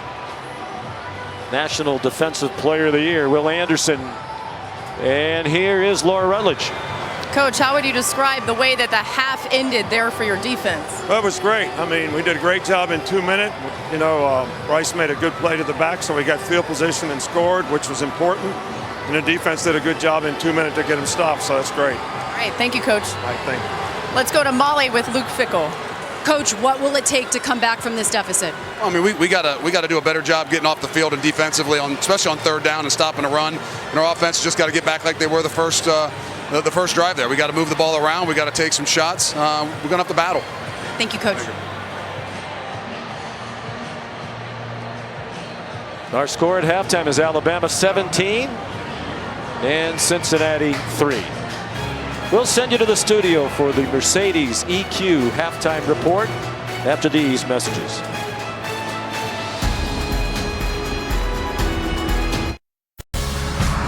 You're watching the Goodyear Cotton Bowl Classic from AT&T Stadium, Arlington, Texas, the home of the Dallas Cowboys of the NFL, hosting today's first college football playoff national semifinal. Winner advances to the championship game on January 10th in Indianapolis and hopes to hoist the Dr. Pepper National Championship Trophy, which is here today. Desmond Ritter in Cincinnati with a rough first half. With 76 yards of offense, 60 of it on their opening possession when they kicked the field goal. And they're matching their largest deficit of the season, 14 points. We look at today's Capital One rewarding performance. Well, the game really turned at the end of the first half when Cincinnati did not get that muffed punt, and then Bryce Young, who hadn't had a great half, made a couple incredible plays. The little flip to Brian Robinson, they keep the drive going. They start on their own 6, they go 94 yards, and all of a sudden now it's 17-3 at halftime, and Cincinnati has to figure some things out here to start the third quarter. They went 94 yards after they recovered their own muff punt. And the 44-yard touchdown pass to Corey Brooks. So it'll be Cincinnati ball after the touchback off the foot of Will Reichert. And obviously the big question now is, what does Cincinnati do to get back in the game? Well, first of all, they got to block better, right? I mean, they've got to do a better job up front. I think that a couple things they might have to try to do. They do have to attack downfield. If they can't hold up just blocking 5, then they got to go to some max protection situations and take some shots downfield against these young corners. Other thing they can do, maybe a screen here or there, whether it's a wide receiver screen or a running back screen, anything to take a little steam out of this Alabama defense. Ritter just 8 out of 17 for 59 yards passing. Designed run for him. We thought we'd see more of that today. They tried to not get him banged up during the regular season. Nifty play there. Here's Molly McGrath. Well, Sean, there was no panic in Cincinnati's locker room at halftime. Everyone was really positive. They still feel as though they're in this game, and quarterback Desmond Ritter spoke to his team. He said, keep swinging. One's got to land at some point, and we have to capitalize on that. You remember Luke Fickell telling me that they want to take more shots in the passing game. Ritter emphasized that they need to get momentum by taking advantage of some of those explosives. And then Jordan Battle, who was in on stop on Ritter on the first play of the half, is down, and they're looking at his right leg. That would be a huge loss. His 23rd straight start. He's first team all SEC as a safety.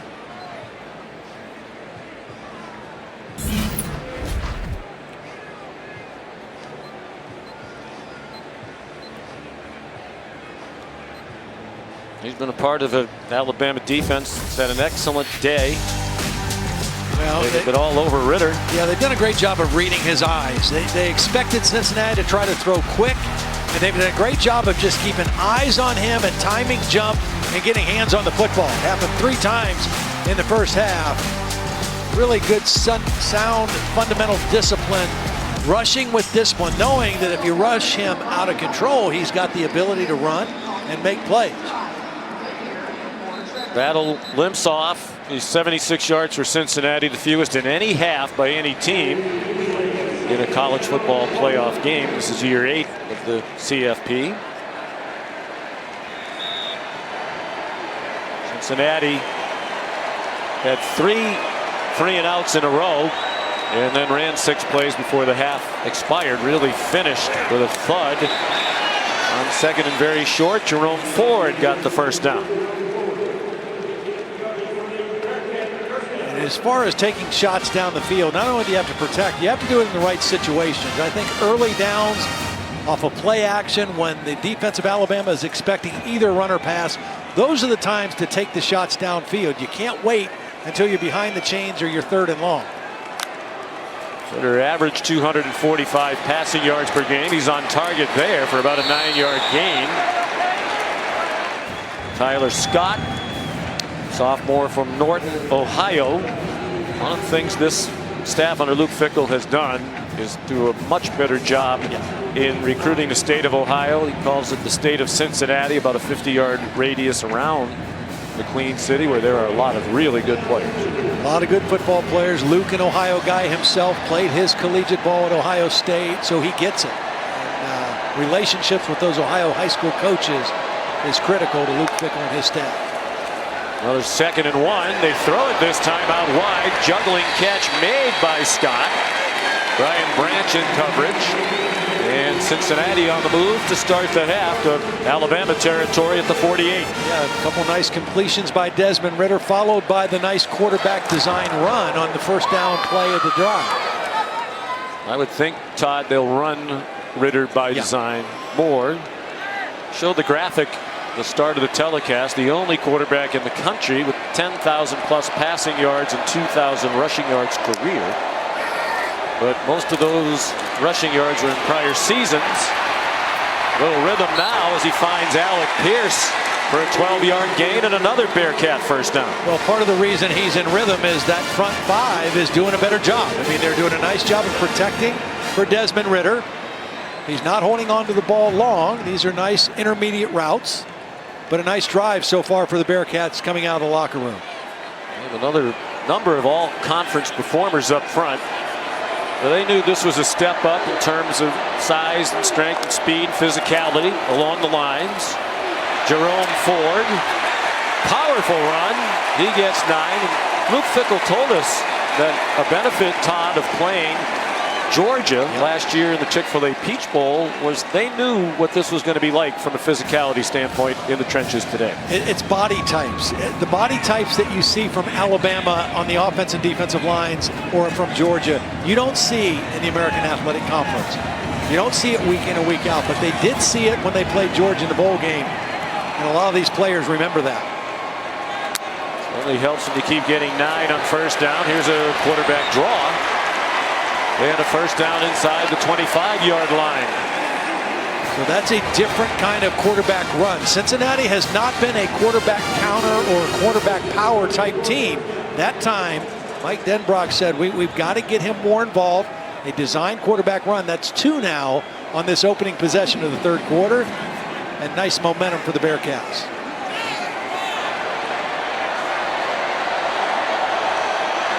Josh Wiley, the tight end number 81. Got to get him involved somehow too.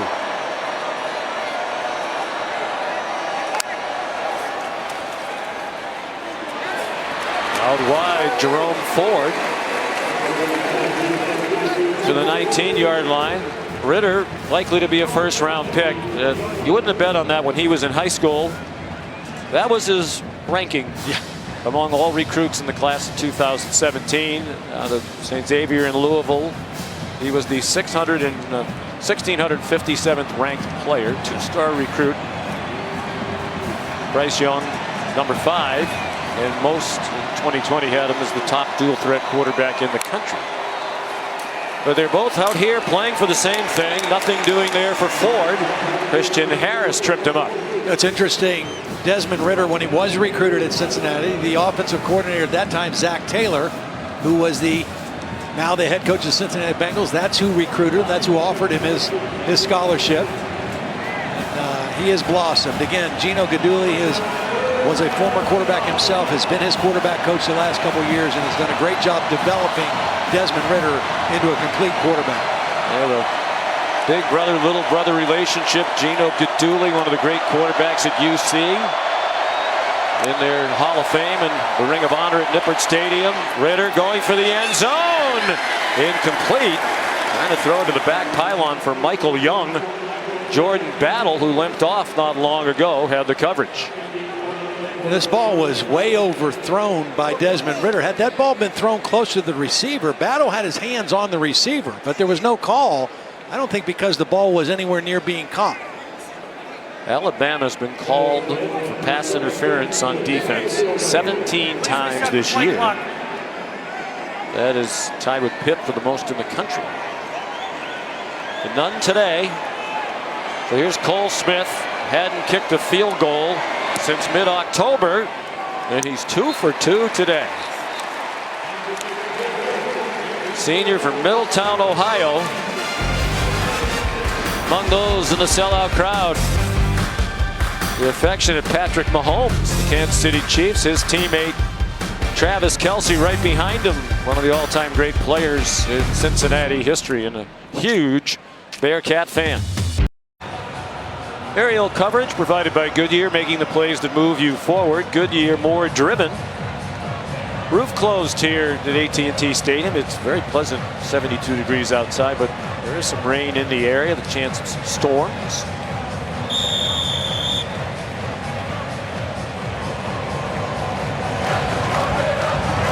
Jamison Williams back for the kickoff.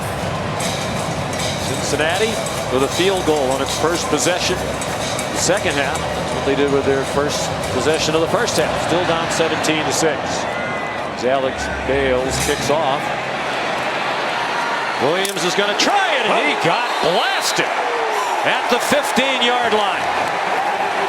Ty Van Fossen. Well, that was the first kickoff that was returnable. Jamison Williams outstanding, but Ty Van Fossen right there. Wow.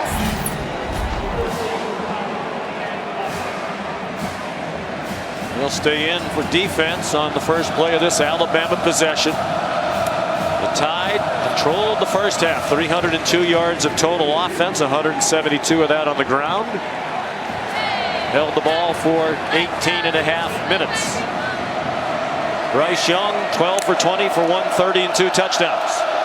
Here's Brian Robinson.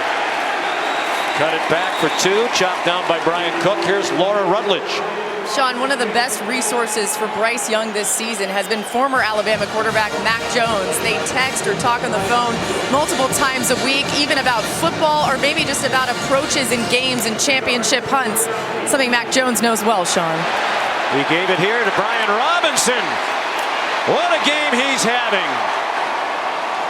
Marked out of bounds at the 34-yard line. And he's on his way, it seems, to a career high. He's up to 153 yards rushing on 19 carries. That one good for 17 yards. And they give it to him quickly again. Yeah, he had 36 carries for 171 yards and 4 touchdowns against Ole Miss. They really ran the football right on that Ole Miss Rebel defense, and he's headed that way in this one. We said waited a long time from Tuscaloosa. Hillcrest High School didn't start until this year, his 5th year in the program, his 53rd game. Now played in 65 career games at Bama.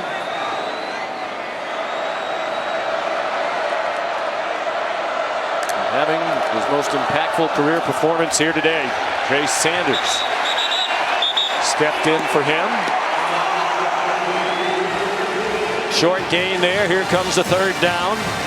Well, you can understand why you're not playing when you have those guys ahead of you. Both Harrises on to the NFL.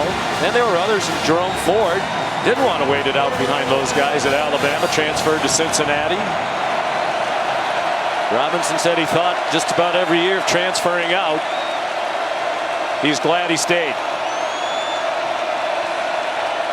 Cincinnati with a little life from their crowd after the opening score. Can they get a third down stop?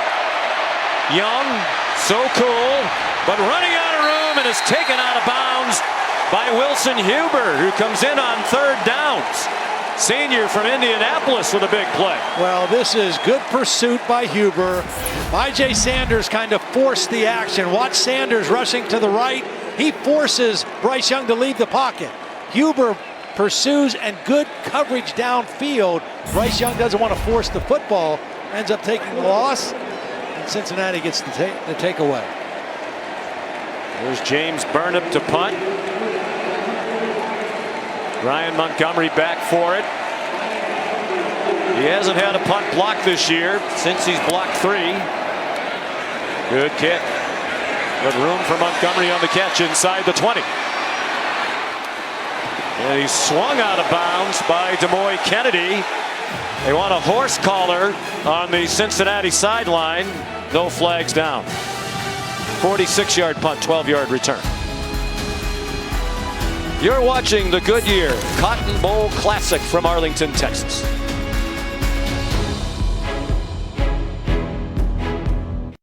The College Football Playoff semifinal at the Goodyear Cotton Bowl Classic is brought to you by Dick's Sporting Goods. Every season starts at Dick's.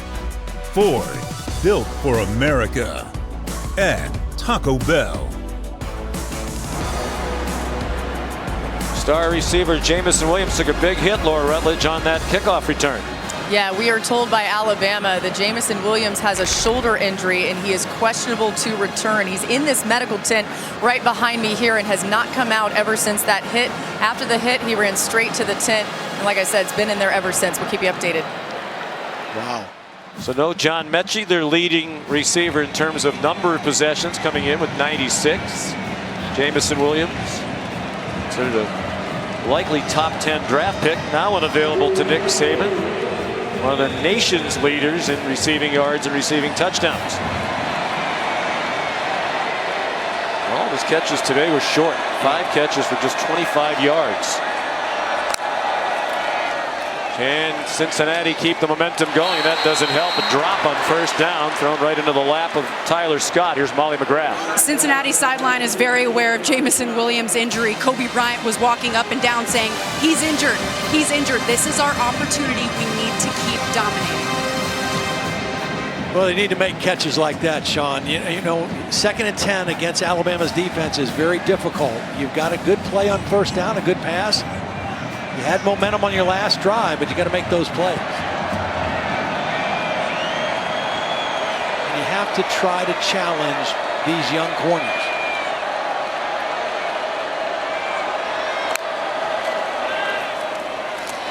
They mix in the run, and a tough run by Jerome Ford. Finally tackled around the lower legs by Kyrie Jackson.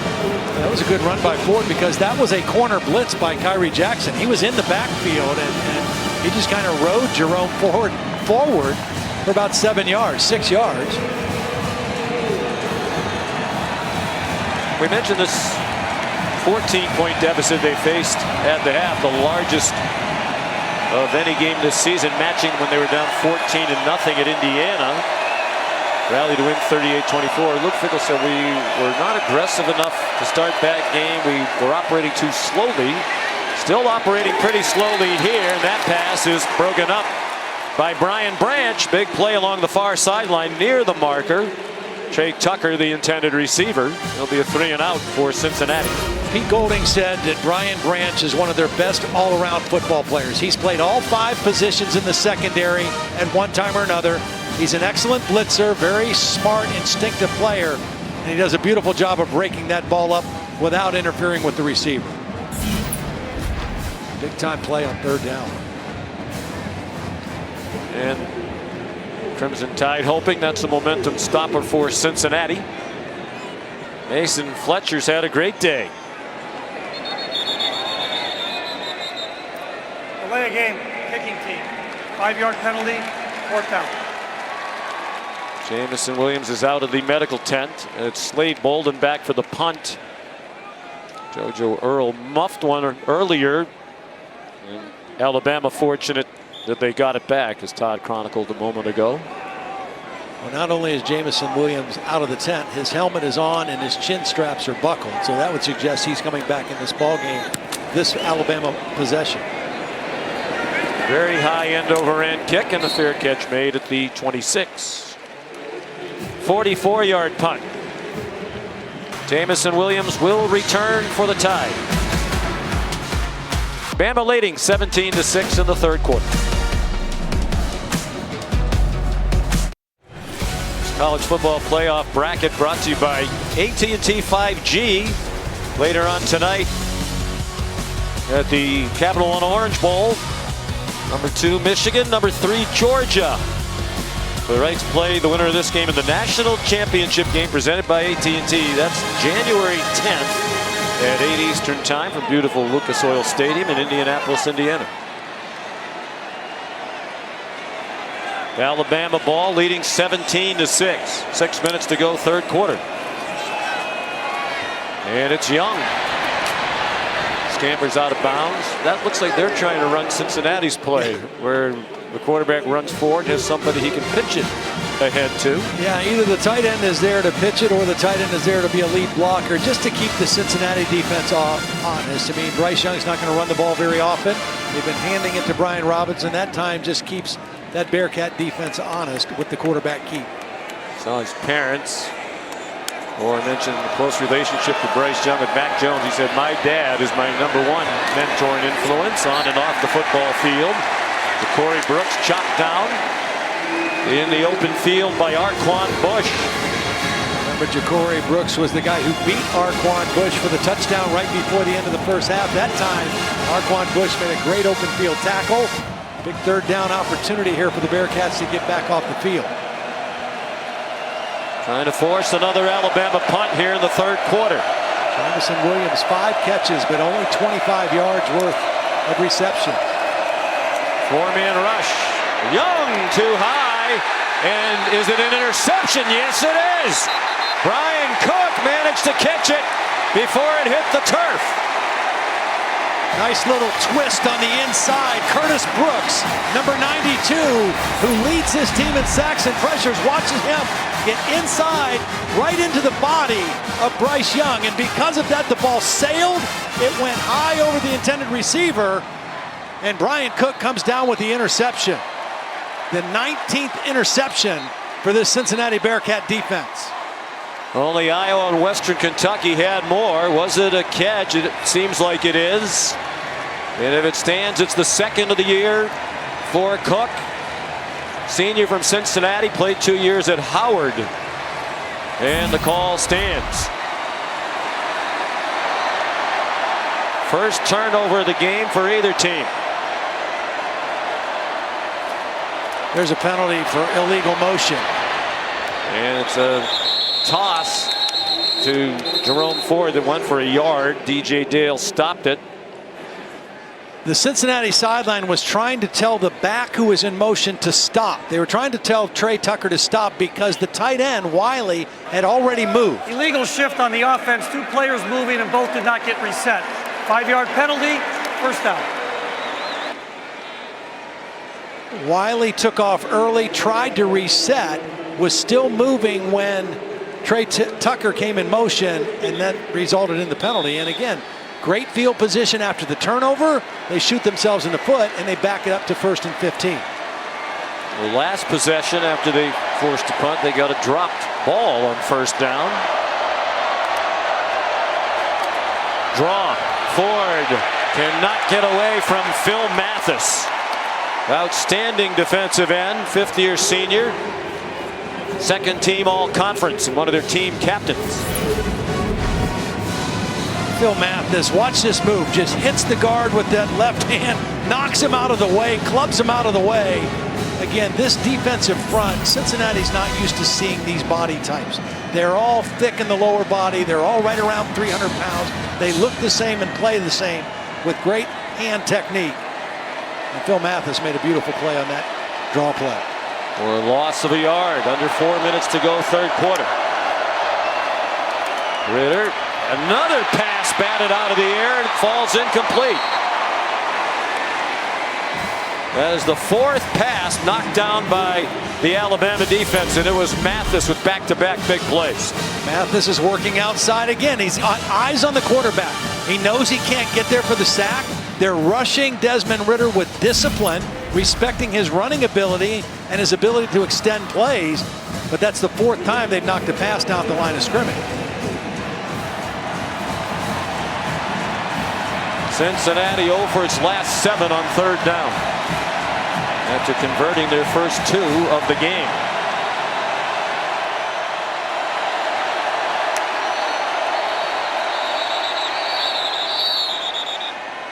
A timeout called by Cincinnati. Snap, first charge timeout, Cincinnati. Timeout on the field. That hurts. You're down by double digits in the second half. Every timeout is precious.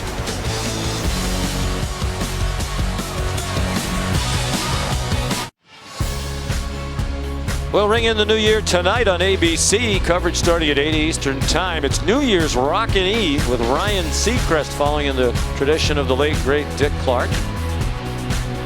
We'll say Seacrest out to 2021. Cincinnati ball after the Bearcat timeout. 3rd down and 16 late in the 3rd quarter. Bearcats down by 11. If the safety doesn't come over to help, I think you take a shot at Alex Pierce down the sideline. If he makes a catch, or if he doesn't, maybe he can draw a PI. Playing way off the bottom of your screen. Ridder can't even finish his drop, and Will Anderson is there along with Christian Harris.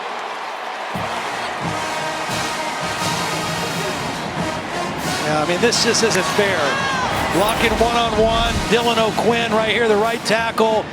Will Anderson, so explosive, so fast, so powerful, just goes right through him to the quarterback. Also Christian Harris there, but if you want to throw the football downfield, you can't one-on-one block Will Harris. No. Or Will Anderson. Can't do it. Nope. They told us they would give him a lot of extra attention. Tight ends, running backs chipping, sliding the offensive line. O'Quinn left by himself there, and that's a bad formula against Anderson. Bolden taken down immediately after the Mason Fletcher punt. Tyler Scott, the cover. They've been outstanding covering punts. Coming up next, the Capital One Orange Bowl. Michigan, what a season it's been for Jim Harbaugh and the Wolverines against number 3 Georgia. A lot of people thought Georgia would just go undefeated to the national title the way they played up until the SEC championship game. The loss to Alabama. Aiden Hutchinson, runner-up for the Heisman Trophy. Number 1 prospect on Mel Kiper Jr.'s big board. Yeah, Aiden Hutchinson and Will Anderson, two of the best defensive players, most disruptive I've seen in the same season in a long time. Robinson dropped 4, lost by Darian Beavers. Will Anderson finished 5th in the Heisman Trophy balloting. Of course, his teammate Bryce Young won it. And Desmond Ridder, the Cincinnati quarterback, finished 8th. I think Anderson should have been in New York also. I really do. I think he and Hutchinson both deserve to be in New York for the Heisman. I think they had those kind of seasons, those kind of numbers. Dominant defensive performers. Bryce Young on 2nd and 13. Throws it out wide for Bolden, and he's taken out of bounds near the 30 by Arquan Bush. I think we're getting a late call for holding. Myjai Sanders was working on Chris Owens, and he got held. Offense number 79. Yep. 10-yard penalty. Remains 2nd down. We talk about Will Anderson, but Myjai Sanders has had a nice ball game tonight too. He's hard to block one-on-one. Now, if you're Luke Fickell, would you consider turning that down and going with 3rd down and about 10? A little more than 10. No, I think you take the yardage. Again, I think you respect Bryce Young. I know you're giving him an extra down, but you played pretty good on 2 downs right there of defense. And Alabama, like Cincinnati, having a hard time throwing the ball deep down the field. In the flat, diving catch made by Slade Bolden. Well short of the 1st down. Here comes a big 3rd down in the final 2 minutes of quarter number 3. 3rd and 16. Alabama now has failed on 6 of its last 7 third down attempts. Certainly the absence of John Mechie a part of that. Their biggest third down target. But not playing today. 4-man rush. Young still forced to step up over the middle on target. And Jamison Williams has the first down. A huge play for Alabama. Beautiful route. He looked like he was running a crossing route. Watch Jamison Williams right here. He looks like he's running a crossing route, and then he turns it up the field. It freezes the defense. Bryce Young finds him, and they get the conversion for the first down.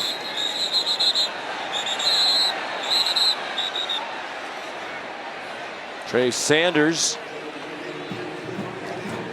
carried for yards and some whistles to help separate the combatants. Meanwhile, the clock's still running, and every second is becoming more and more meaningful in this one.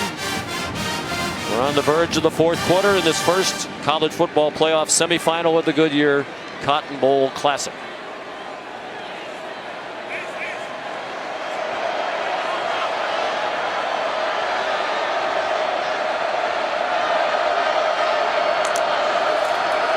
Young gave it to Brian Robinson. Been a man possessed all afternoon long. He has another tied first down to the 44 of UC. Joel DeBlanco to stop. Well, the thing about it is I mean, he's averaging nearly 8 yards every time he carries the football. So they're all big chunk plays when he runs it. Cincinnati has had no answer to Brian Robinson in this ballgame. That's the end of the 3rd quarter. With Brian Robinson leading the way. Alabama perhaps 15 minutes away from another trip to the college football playoff national championship game. 17-6. Aerial coverage provided by Goodyear, with you every mile on the road to greatness. Goodyear, more driven. Sun setting on the Dallas-Fort Worth Metroplex. We're inside AT&T Stadium, Arlington, Texas.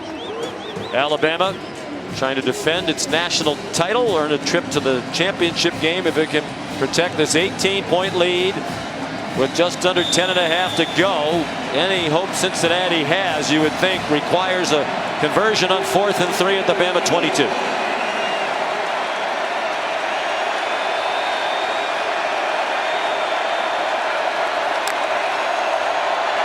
Desmond Ridder with Branch right there to take him down. Didn't buy the fake at all. And Ridder dropped for a loss, and Alabama takes it back on downs.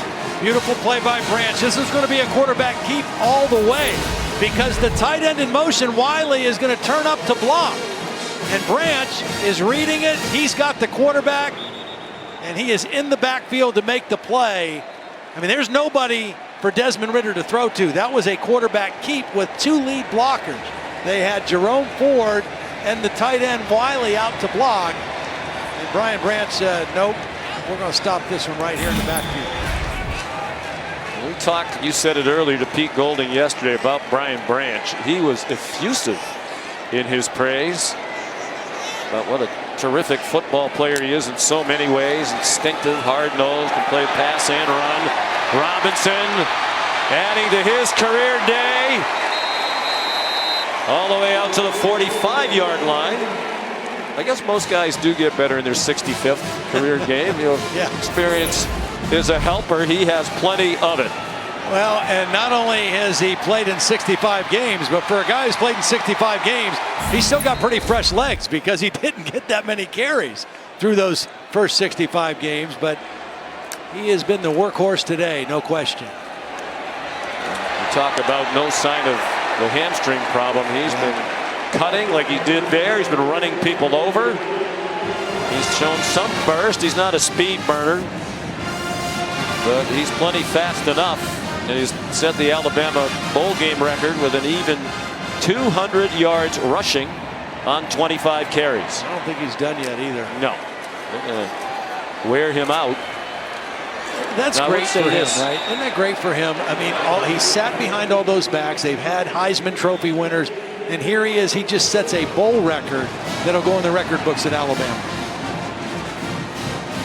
And Nick Saban has talked about that. You know, he likes to see people rewarded for their perseverance, resilience, and they take them out. You know, you'd think they would just continue to pound away, but with it very likely now they're heading to the championship game. They have very little depth at running back. It's really he and Trey Sanders who gets that call. They lost the two immediate backups from earlier in the year, Roydell Williams and Jace McClellan, to injuries. And their running back depth is so short that they've had to move Christian Leary from wide receiver to running back. They've moved Moy Kennedy from linebacker to running back, so they certainly don't want Robinson to take any damage here in the last 8.5.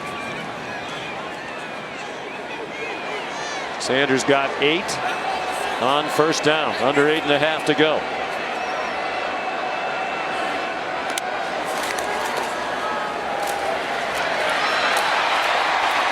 Sanders doing his Brian Robinson imitation. He's a redshirt sophomore from Florida out of IMG Academy. Right now, Alabama just running the clock. Bryce Young going at a very slow pace. The feeling that they have this Cincinnati offense completely in check at 176 total yards. No reason to rush. The clock is your friend. And this guy is about as sharp as they come. Modern day high school of power in Southern California. Bryce Young, the California Player of the Year, won a state title at Modern Day.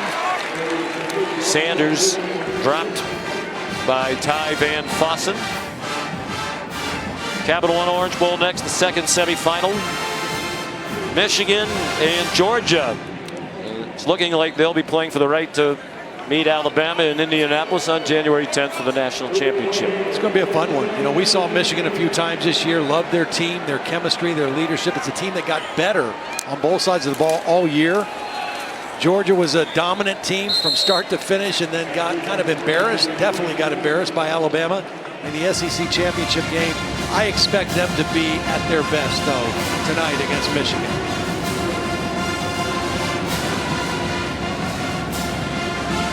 Sanders, the last carry, he goes out. And Robinson back in on third down and 8.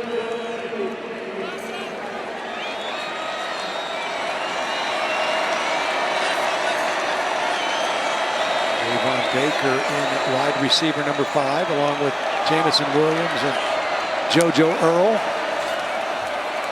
Jay Sanders put heat on Young, and his pass is incomplete. Javon Baker, Todd just mentioned in the game, sophomore, another very highly recruited player out of Atlanta, couldn't make the catch. The field goal unit comes on. Well, it was good coverage by Kobe Bryant, but the pressure by Sanders did not allow Bryce Young to really step into that throw. It was still in a place that could have been caught, but good pressure and good coverage. Beautiful effort by Bryce Young. So here's Will Reichert from 43 yards. And that one's good. And the lead goes to 21 with 6:20 to go. You're watching the Goodyear Cotton Bowl Classic.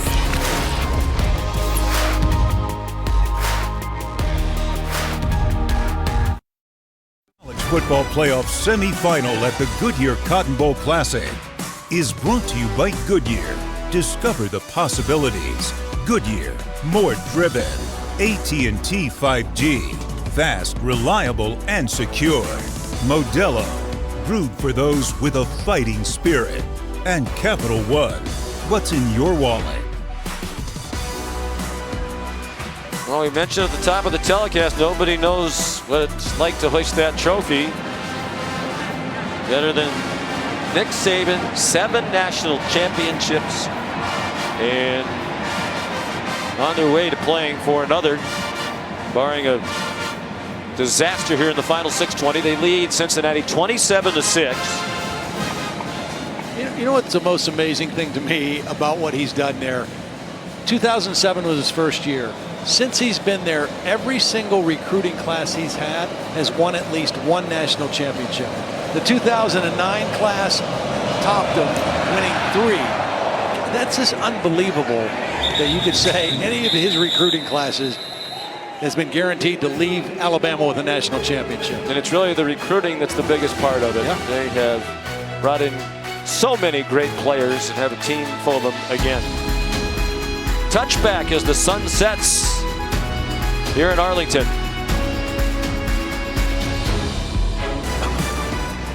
Tomorrow, New Year's Day, a triple header of bowl games, New Year's 6 bowls. All of them terrific teams, all of them the top 11 in the country.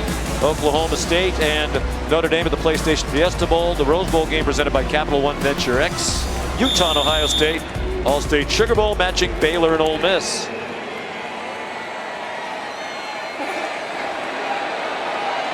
Here it's 27-6, largest lead of the afternoon for Alabama. Trey Tucker takes the pass, runs out of bounds with an 11-yard gain and a first down. At that time they put Tucker in the backfield as the tailback position and threw the swing pass by design and showed his speed. He was a track athlete coming out of high school out of Akron, Ohio. Has developed into a nice receiver. Showed the speed on that play.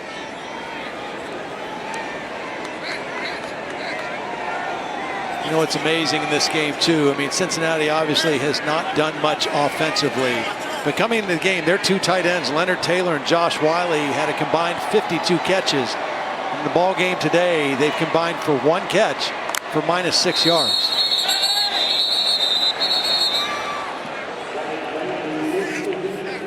A little surprising to me because in watching the SEC championship game. Offense number 56, 5-yard penalty, first down. That's the center, Jake Renfro, for the snap infraction. But watching the SEC championship game, one thing Georgia did really well, their combination of tight ends combined for 12 catches and a touchdown. Most of that was the freshman Brock Bowers, who's an outstanding player. He had 10 catches for 139 yards and a touchdown against Alabama in that game. And again, these 2 talented tight ends for Cincinnati basically shut out. They had 1 catch combined, Taylor and Wiley. There's the first one to Wiley in the whole ballgame. Yep, they now have 2 combined. Josh Wiley, who was their leading receiver on the entire team last year, hobbled as he got knocked down. This season got off to a slow start this year, to collarbone injury in the preseason. But an excellent player, great size. And you think back to our meetings with the Cincinnati coaches earlier in the week. Here's Ford again, rips through a hole. Then got stood up by Branch. What a tackler he is. Where they said they want to take deep shots. Yep. Not many. I'm having a hard time remembering any, right. particularly at Alec Pierce. Some of that is you can't protect, but still, there had to be an opportunity there somewhere. And use the tight end. The coaches mentioned Georgia's difficulty. The Georgia tight ends gave Alabama. Ritter down again. Back at the 49-yard line.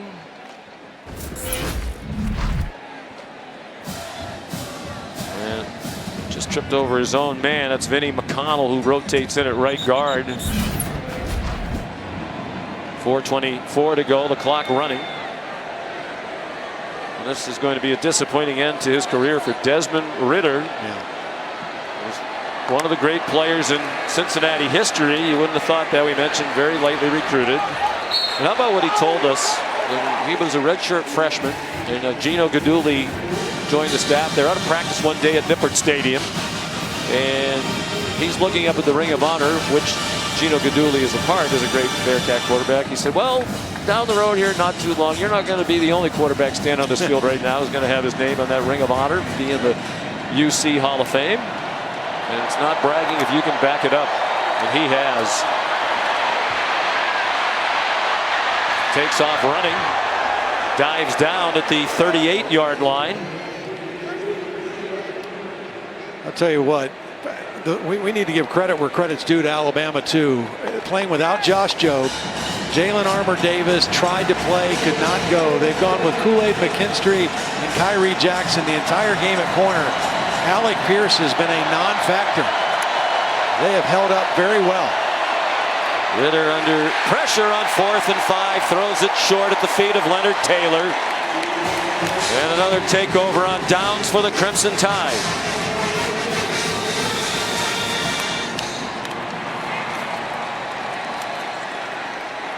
They are 3-10 away from their 6th trip to the national championship game in the 8-year history of the college football playoff.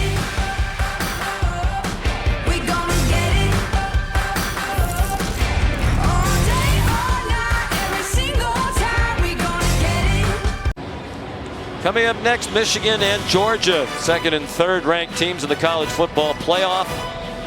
Michigan, Big Ten champs, first time since 2004. Georgia in the Orange Bowl for the first time since 1960. Trying to earn a rematch with Alabama. After the Tide handed them their only defeat of the season. Knocked them out of the #1 ranking with that win in the SEC championship game almost 4 weeks ago. Trey Sanders runs for another first down. And Alabama continues its dominance. 7 appearances in the college football playoff is the most. Clemson with 6. Had made it 6 in a row prior to this year. #1 seed in 5 of their 7 appearances. 5 of the 8 years total that this format has existed. They're about to make it 6 straight semifinal wins. The only loss was the first time around, 2014 season against Ohio State, which went on to win the national championship. You know, this game and this Alabama win looks like one of Nick's older national championship type teams. A dominant defensive performance, holding a team to just a mere over 200 yards, a power running game, and a quarterback that just kind of managed the game and didn't make mistakes. You know, that's kind of what this game has looked like. We talked to Will Anderson the other day. He talked about he feels like they've been disrespected all year. He said people keep talking about how we're not as good as last year, other Alabama teams, which the question I would ask is how could you be at 6 first-round picks? Exactly. And historic offense. Yeah, right? I mean, that offense last year was unbelievable. But you can still be a great team in your own right, and they are looking like that here the last couple of games. Although, as you said at the outset, didn't look like it with those games against Florida and Arkansas and Auburn. Sanders runs again. We're inside of 2 minutes to go. You talked about the consistency, the excellence. Obviously, they're dominating college football right now. If they could win on January 10th, it would be their 4th national title in this format in 8 years of the CFP. Chris Owens is down and grabbing at his left leg. And the number that jumped out to me in preparing for this game. Alabama has been #1 in the country in the AP poll for at least 1 week in every season since 2008. Yeah. That's crazy. They never even have the slightest bit of an off year. No. Great consistency. The recruiting is the same year in and year out. They stick to the process. They don't lose many guys. They send guys to the NFL in record numbers every year, and they just keep reloading. There's no dip in what they do. I mean, they don't always get to the playoffs, but most of the time they do. This could be big with an eye toward the championship game. They're going to win today without Emil Ekiyor, their starting guard for much of the game, a second-year starter. He was one of only 3 starters back from last year's team on the offense. But in terms of the matchup in the championship game, do you think Alabama would have a better chance, whether it was Michigan or Georgia, in terms of how they match up? I think that's a good question. I actually think they might match up a little better with Michigan than they would against Georgia. There's so much familiarity with Georgia. There's so much motivation there would be on the Georgia side. And Georgia is more difficult to run on, I think, than Michigan. And right now, you know, Alabama was leaning heavy on that run game. And, you know, if you look at past history as we look towards that game tonight, if Michigan would win the game, Nick Saban at Alabama is 1-0 against Michigan.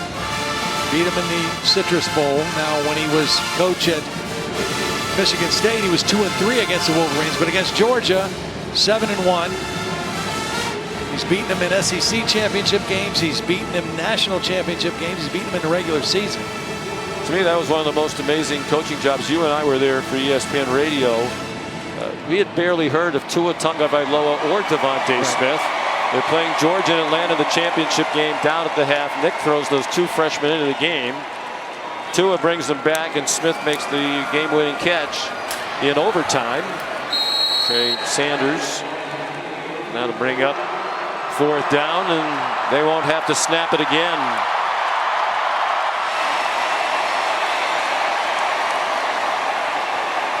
Nick Saban, if he hasn't cemented his legacy as the greatest college football coach of all time, he has certainly taken another step in that direction. First time Luke Fickell had ever faced him. Saban has now won 36 games in a row against coaches he has faced for the first time. Don't forget to tune in for the Ram Trucks postgame directly following the conclusion of this telecast, which is in just a moment. But first, let's hear from the legendary coach with Laura Rutledge. Thank you, Sean. Coach, you're headed to another national championship. What can you say about the performance of your team today? I was really pleased with the way we played in the game. We knew it was going to be a tough game. Did a great job of running the ball offensively. Defense came up with some really big stops, some really big plays in the game. So I'm really proud of this group to come this far. So, you know, they got an opportunity now, and now's not the time to be relieved, but it's also time to enjoy what we accomplished tonight. A key sequence in the game when Bryce Young threw the interception, then your defense responds with 3 huge plays. What did your defense show you today? Well, I think that, you know, we got a 4th down stop. We stopped them in the red zone a couple times. After the turnover, that was big because they could have got right back in the game. So I think the guys really competed well in the game tonight. Brian Robinson chose to stay at Alabama, playing behind or waiting behind other running backs, and then has a career day today. How rewarding is that for you to watch? Well, we love it when B-Rob gets rolling, and we knew that we'd have to run the ball in this 3-3 stack stuff that these guys play. He did a fantastic job. The offensive line did a really good job in the run game, so I'm really proud of B-Rob. You know, he's a fine young man, and to come back to play this year, he's really created a lot of value for himself. All right, you're probably getting impatient with me by now, so I'm going to let you go. All right, thanks. Appreciate it. Happy New Year. Let's go to Molly with B-Rob. Brian. Brian, congratulations. You know, your team thrives in the postseason, and you set an Alabama school rushing record during bowl games today. What does it mean to you, the fact that you were able to accomplish that feat ahead of all of the people that you waited behind for this opportunity as a kid from Tuscaloosa? What does it mean for you to be able to do that today? I mean, just after all that time, you know, I just stayed the course, you know, trusted the process, you know. I just knew it was going to work out for me in my favor. You know, I just kept working. You know, when the opportunity presented itself, you know, I was ready for it, you know. How were you able to find the most success on your biggest stage as a starter? I mean, it's a great feeling, man. Just, you know, just having this team behind me, this team trusting me to go out there and just give it my all. You know, man, I'll do anything for this A on my chest, man. I'm glad I got to show the world, you know, how much this university means to me. Yeah, you told me at the beginning of this season you've been waiting for this opportunity your entire life. What is it like to help lead your team to a national championship game? I mean, this is like a dream come true. You know, I waited all this time for this opportunity. You know, when the time came, you know, I was ready for it. And we came out here and we did what we had to do. Next up, it's the national championship game. It's either Georgia or it's Michigan. You know everything about Georgia. You know how to beat that team. Do you have a preference for who you'll see? I mean, these guys play tonight. You know, we'll see who we play later on. But, you know, same game plan. We got to just prepare for whoever we got next. You know, just come out and play our best game.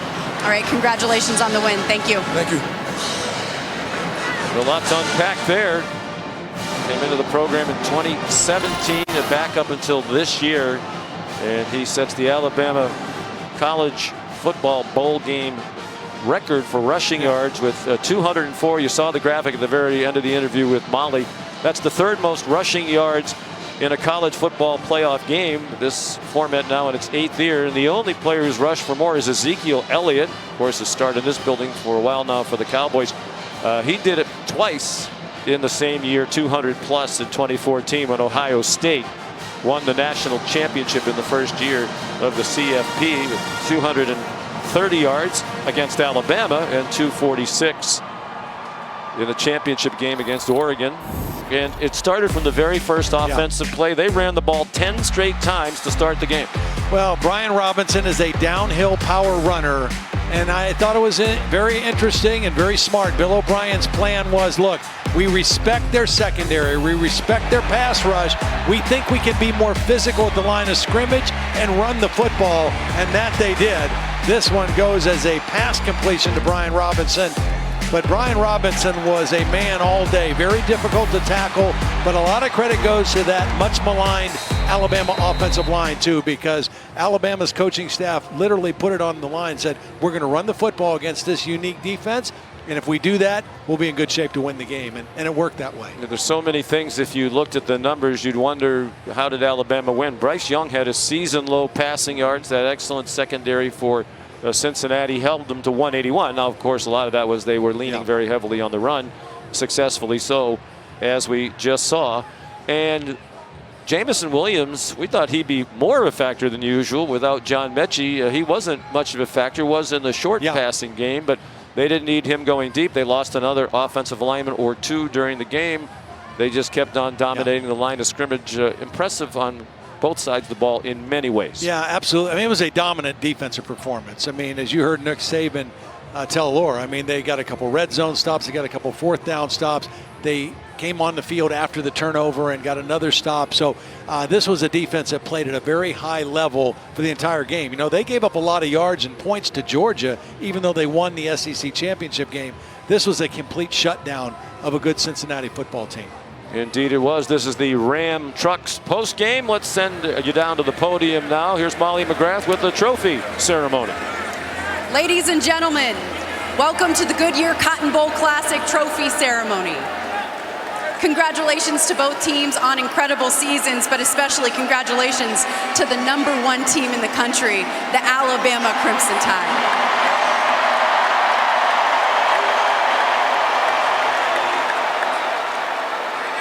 Now to present the MVP trophies and the Field Scoville Trophy, please welcome the chairman of the Goodyear Cotton Bowl Classic, Bry Patton.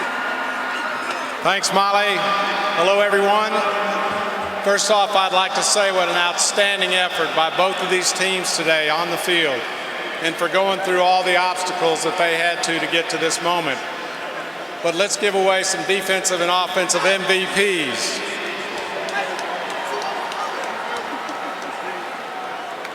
The Felix McKnight Award for the most outstanding defensive player goes to Will Anderson, Jr.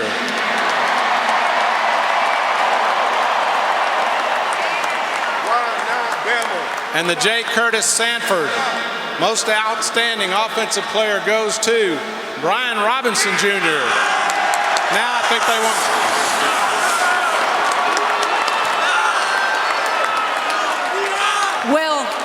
You told your team this week that you've never experienced a bowl week, but you have experienced a championship ring. In a year full of adversity, what did it take to get to this point and to get back to a national championship? You know, it took a whole lot of hard work, blood, sweat, and tears, day in and day out. You know, preparation, making sure we was all on the same page, everybody locking in, everybody being on the same page, and that's what it took to get here. And roll tide. And B-Rod. This is a special group, a younger group. You were one of the veterans on this team. You guys matured, but why is this a team that could win back-to-back titles? Man, because we just know how to fight, man. We know how to fight to the end. We know how to come together as a team, as a unit. Man, we just warriors, man. We fight to the end with everything we do, man. That's why we're gonna win and not repeat. Congratulations, Bry. Back to you. Thanks, Molly. Now it's my honor. Whoa, here we go. It is my honor to present the Field Scoville Trophy to the champions of the College Football Playoff Semifinal and the '86 Goodyear Cotton Bowl Classic to Coach Nick Saban and the Alabama Crimson Tide.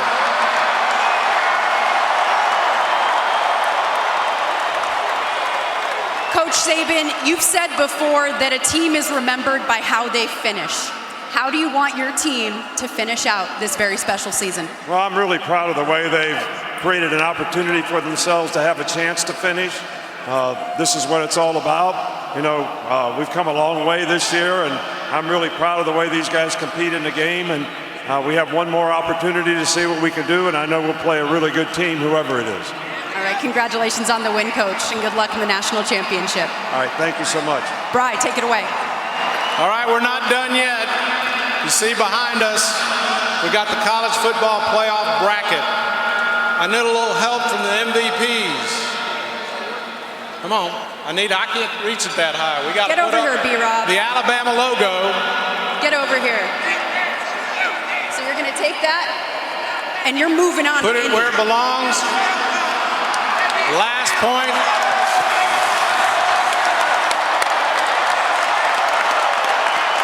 Congratulations to the Alabama Crimson Tide on a great win.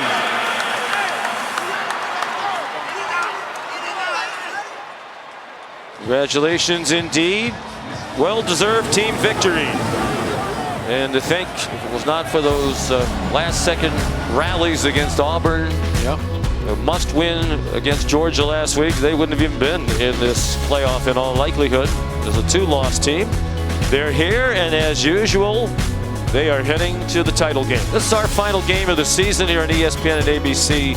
Special thanks to our terrific crew led by Josh Hoffman and Scott Johnson. It is a wonderful and talented group of people, and our honor to work with each and every one of them. Now for Molly, Laura, and Todd, Sean McDonough sending you to Reese Davis in Miami.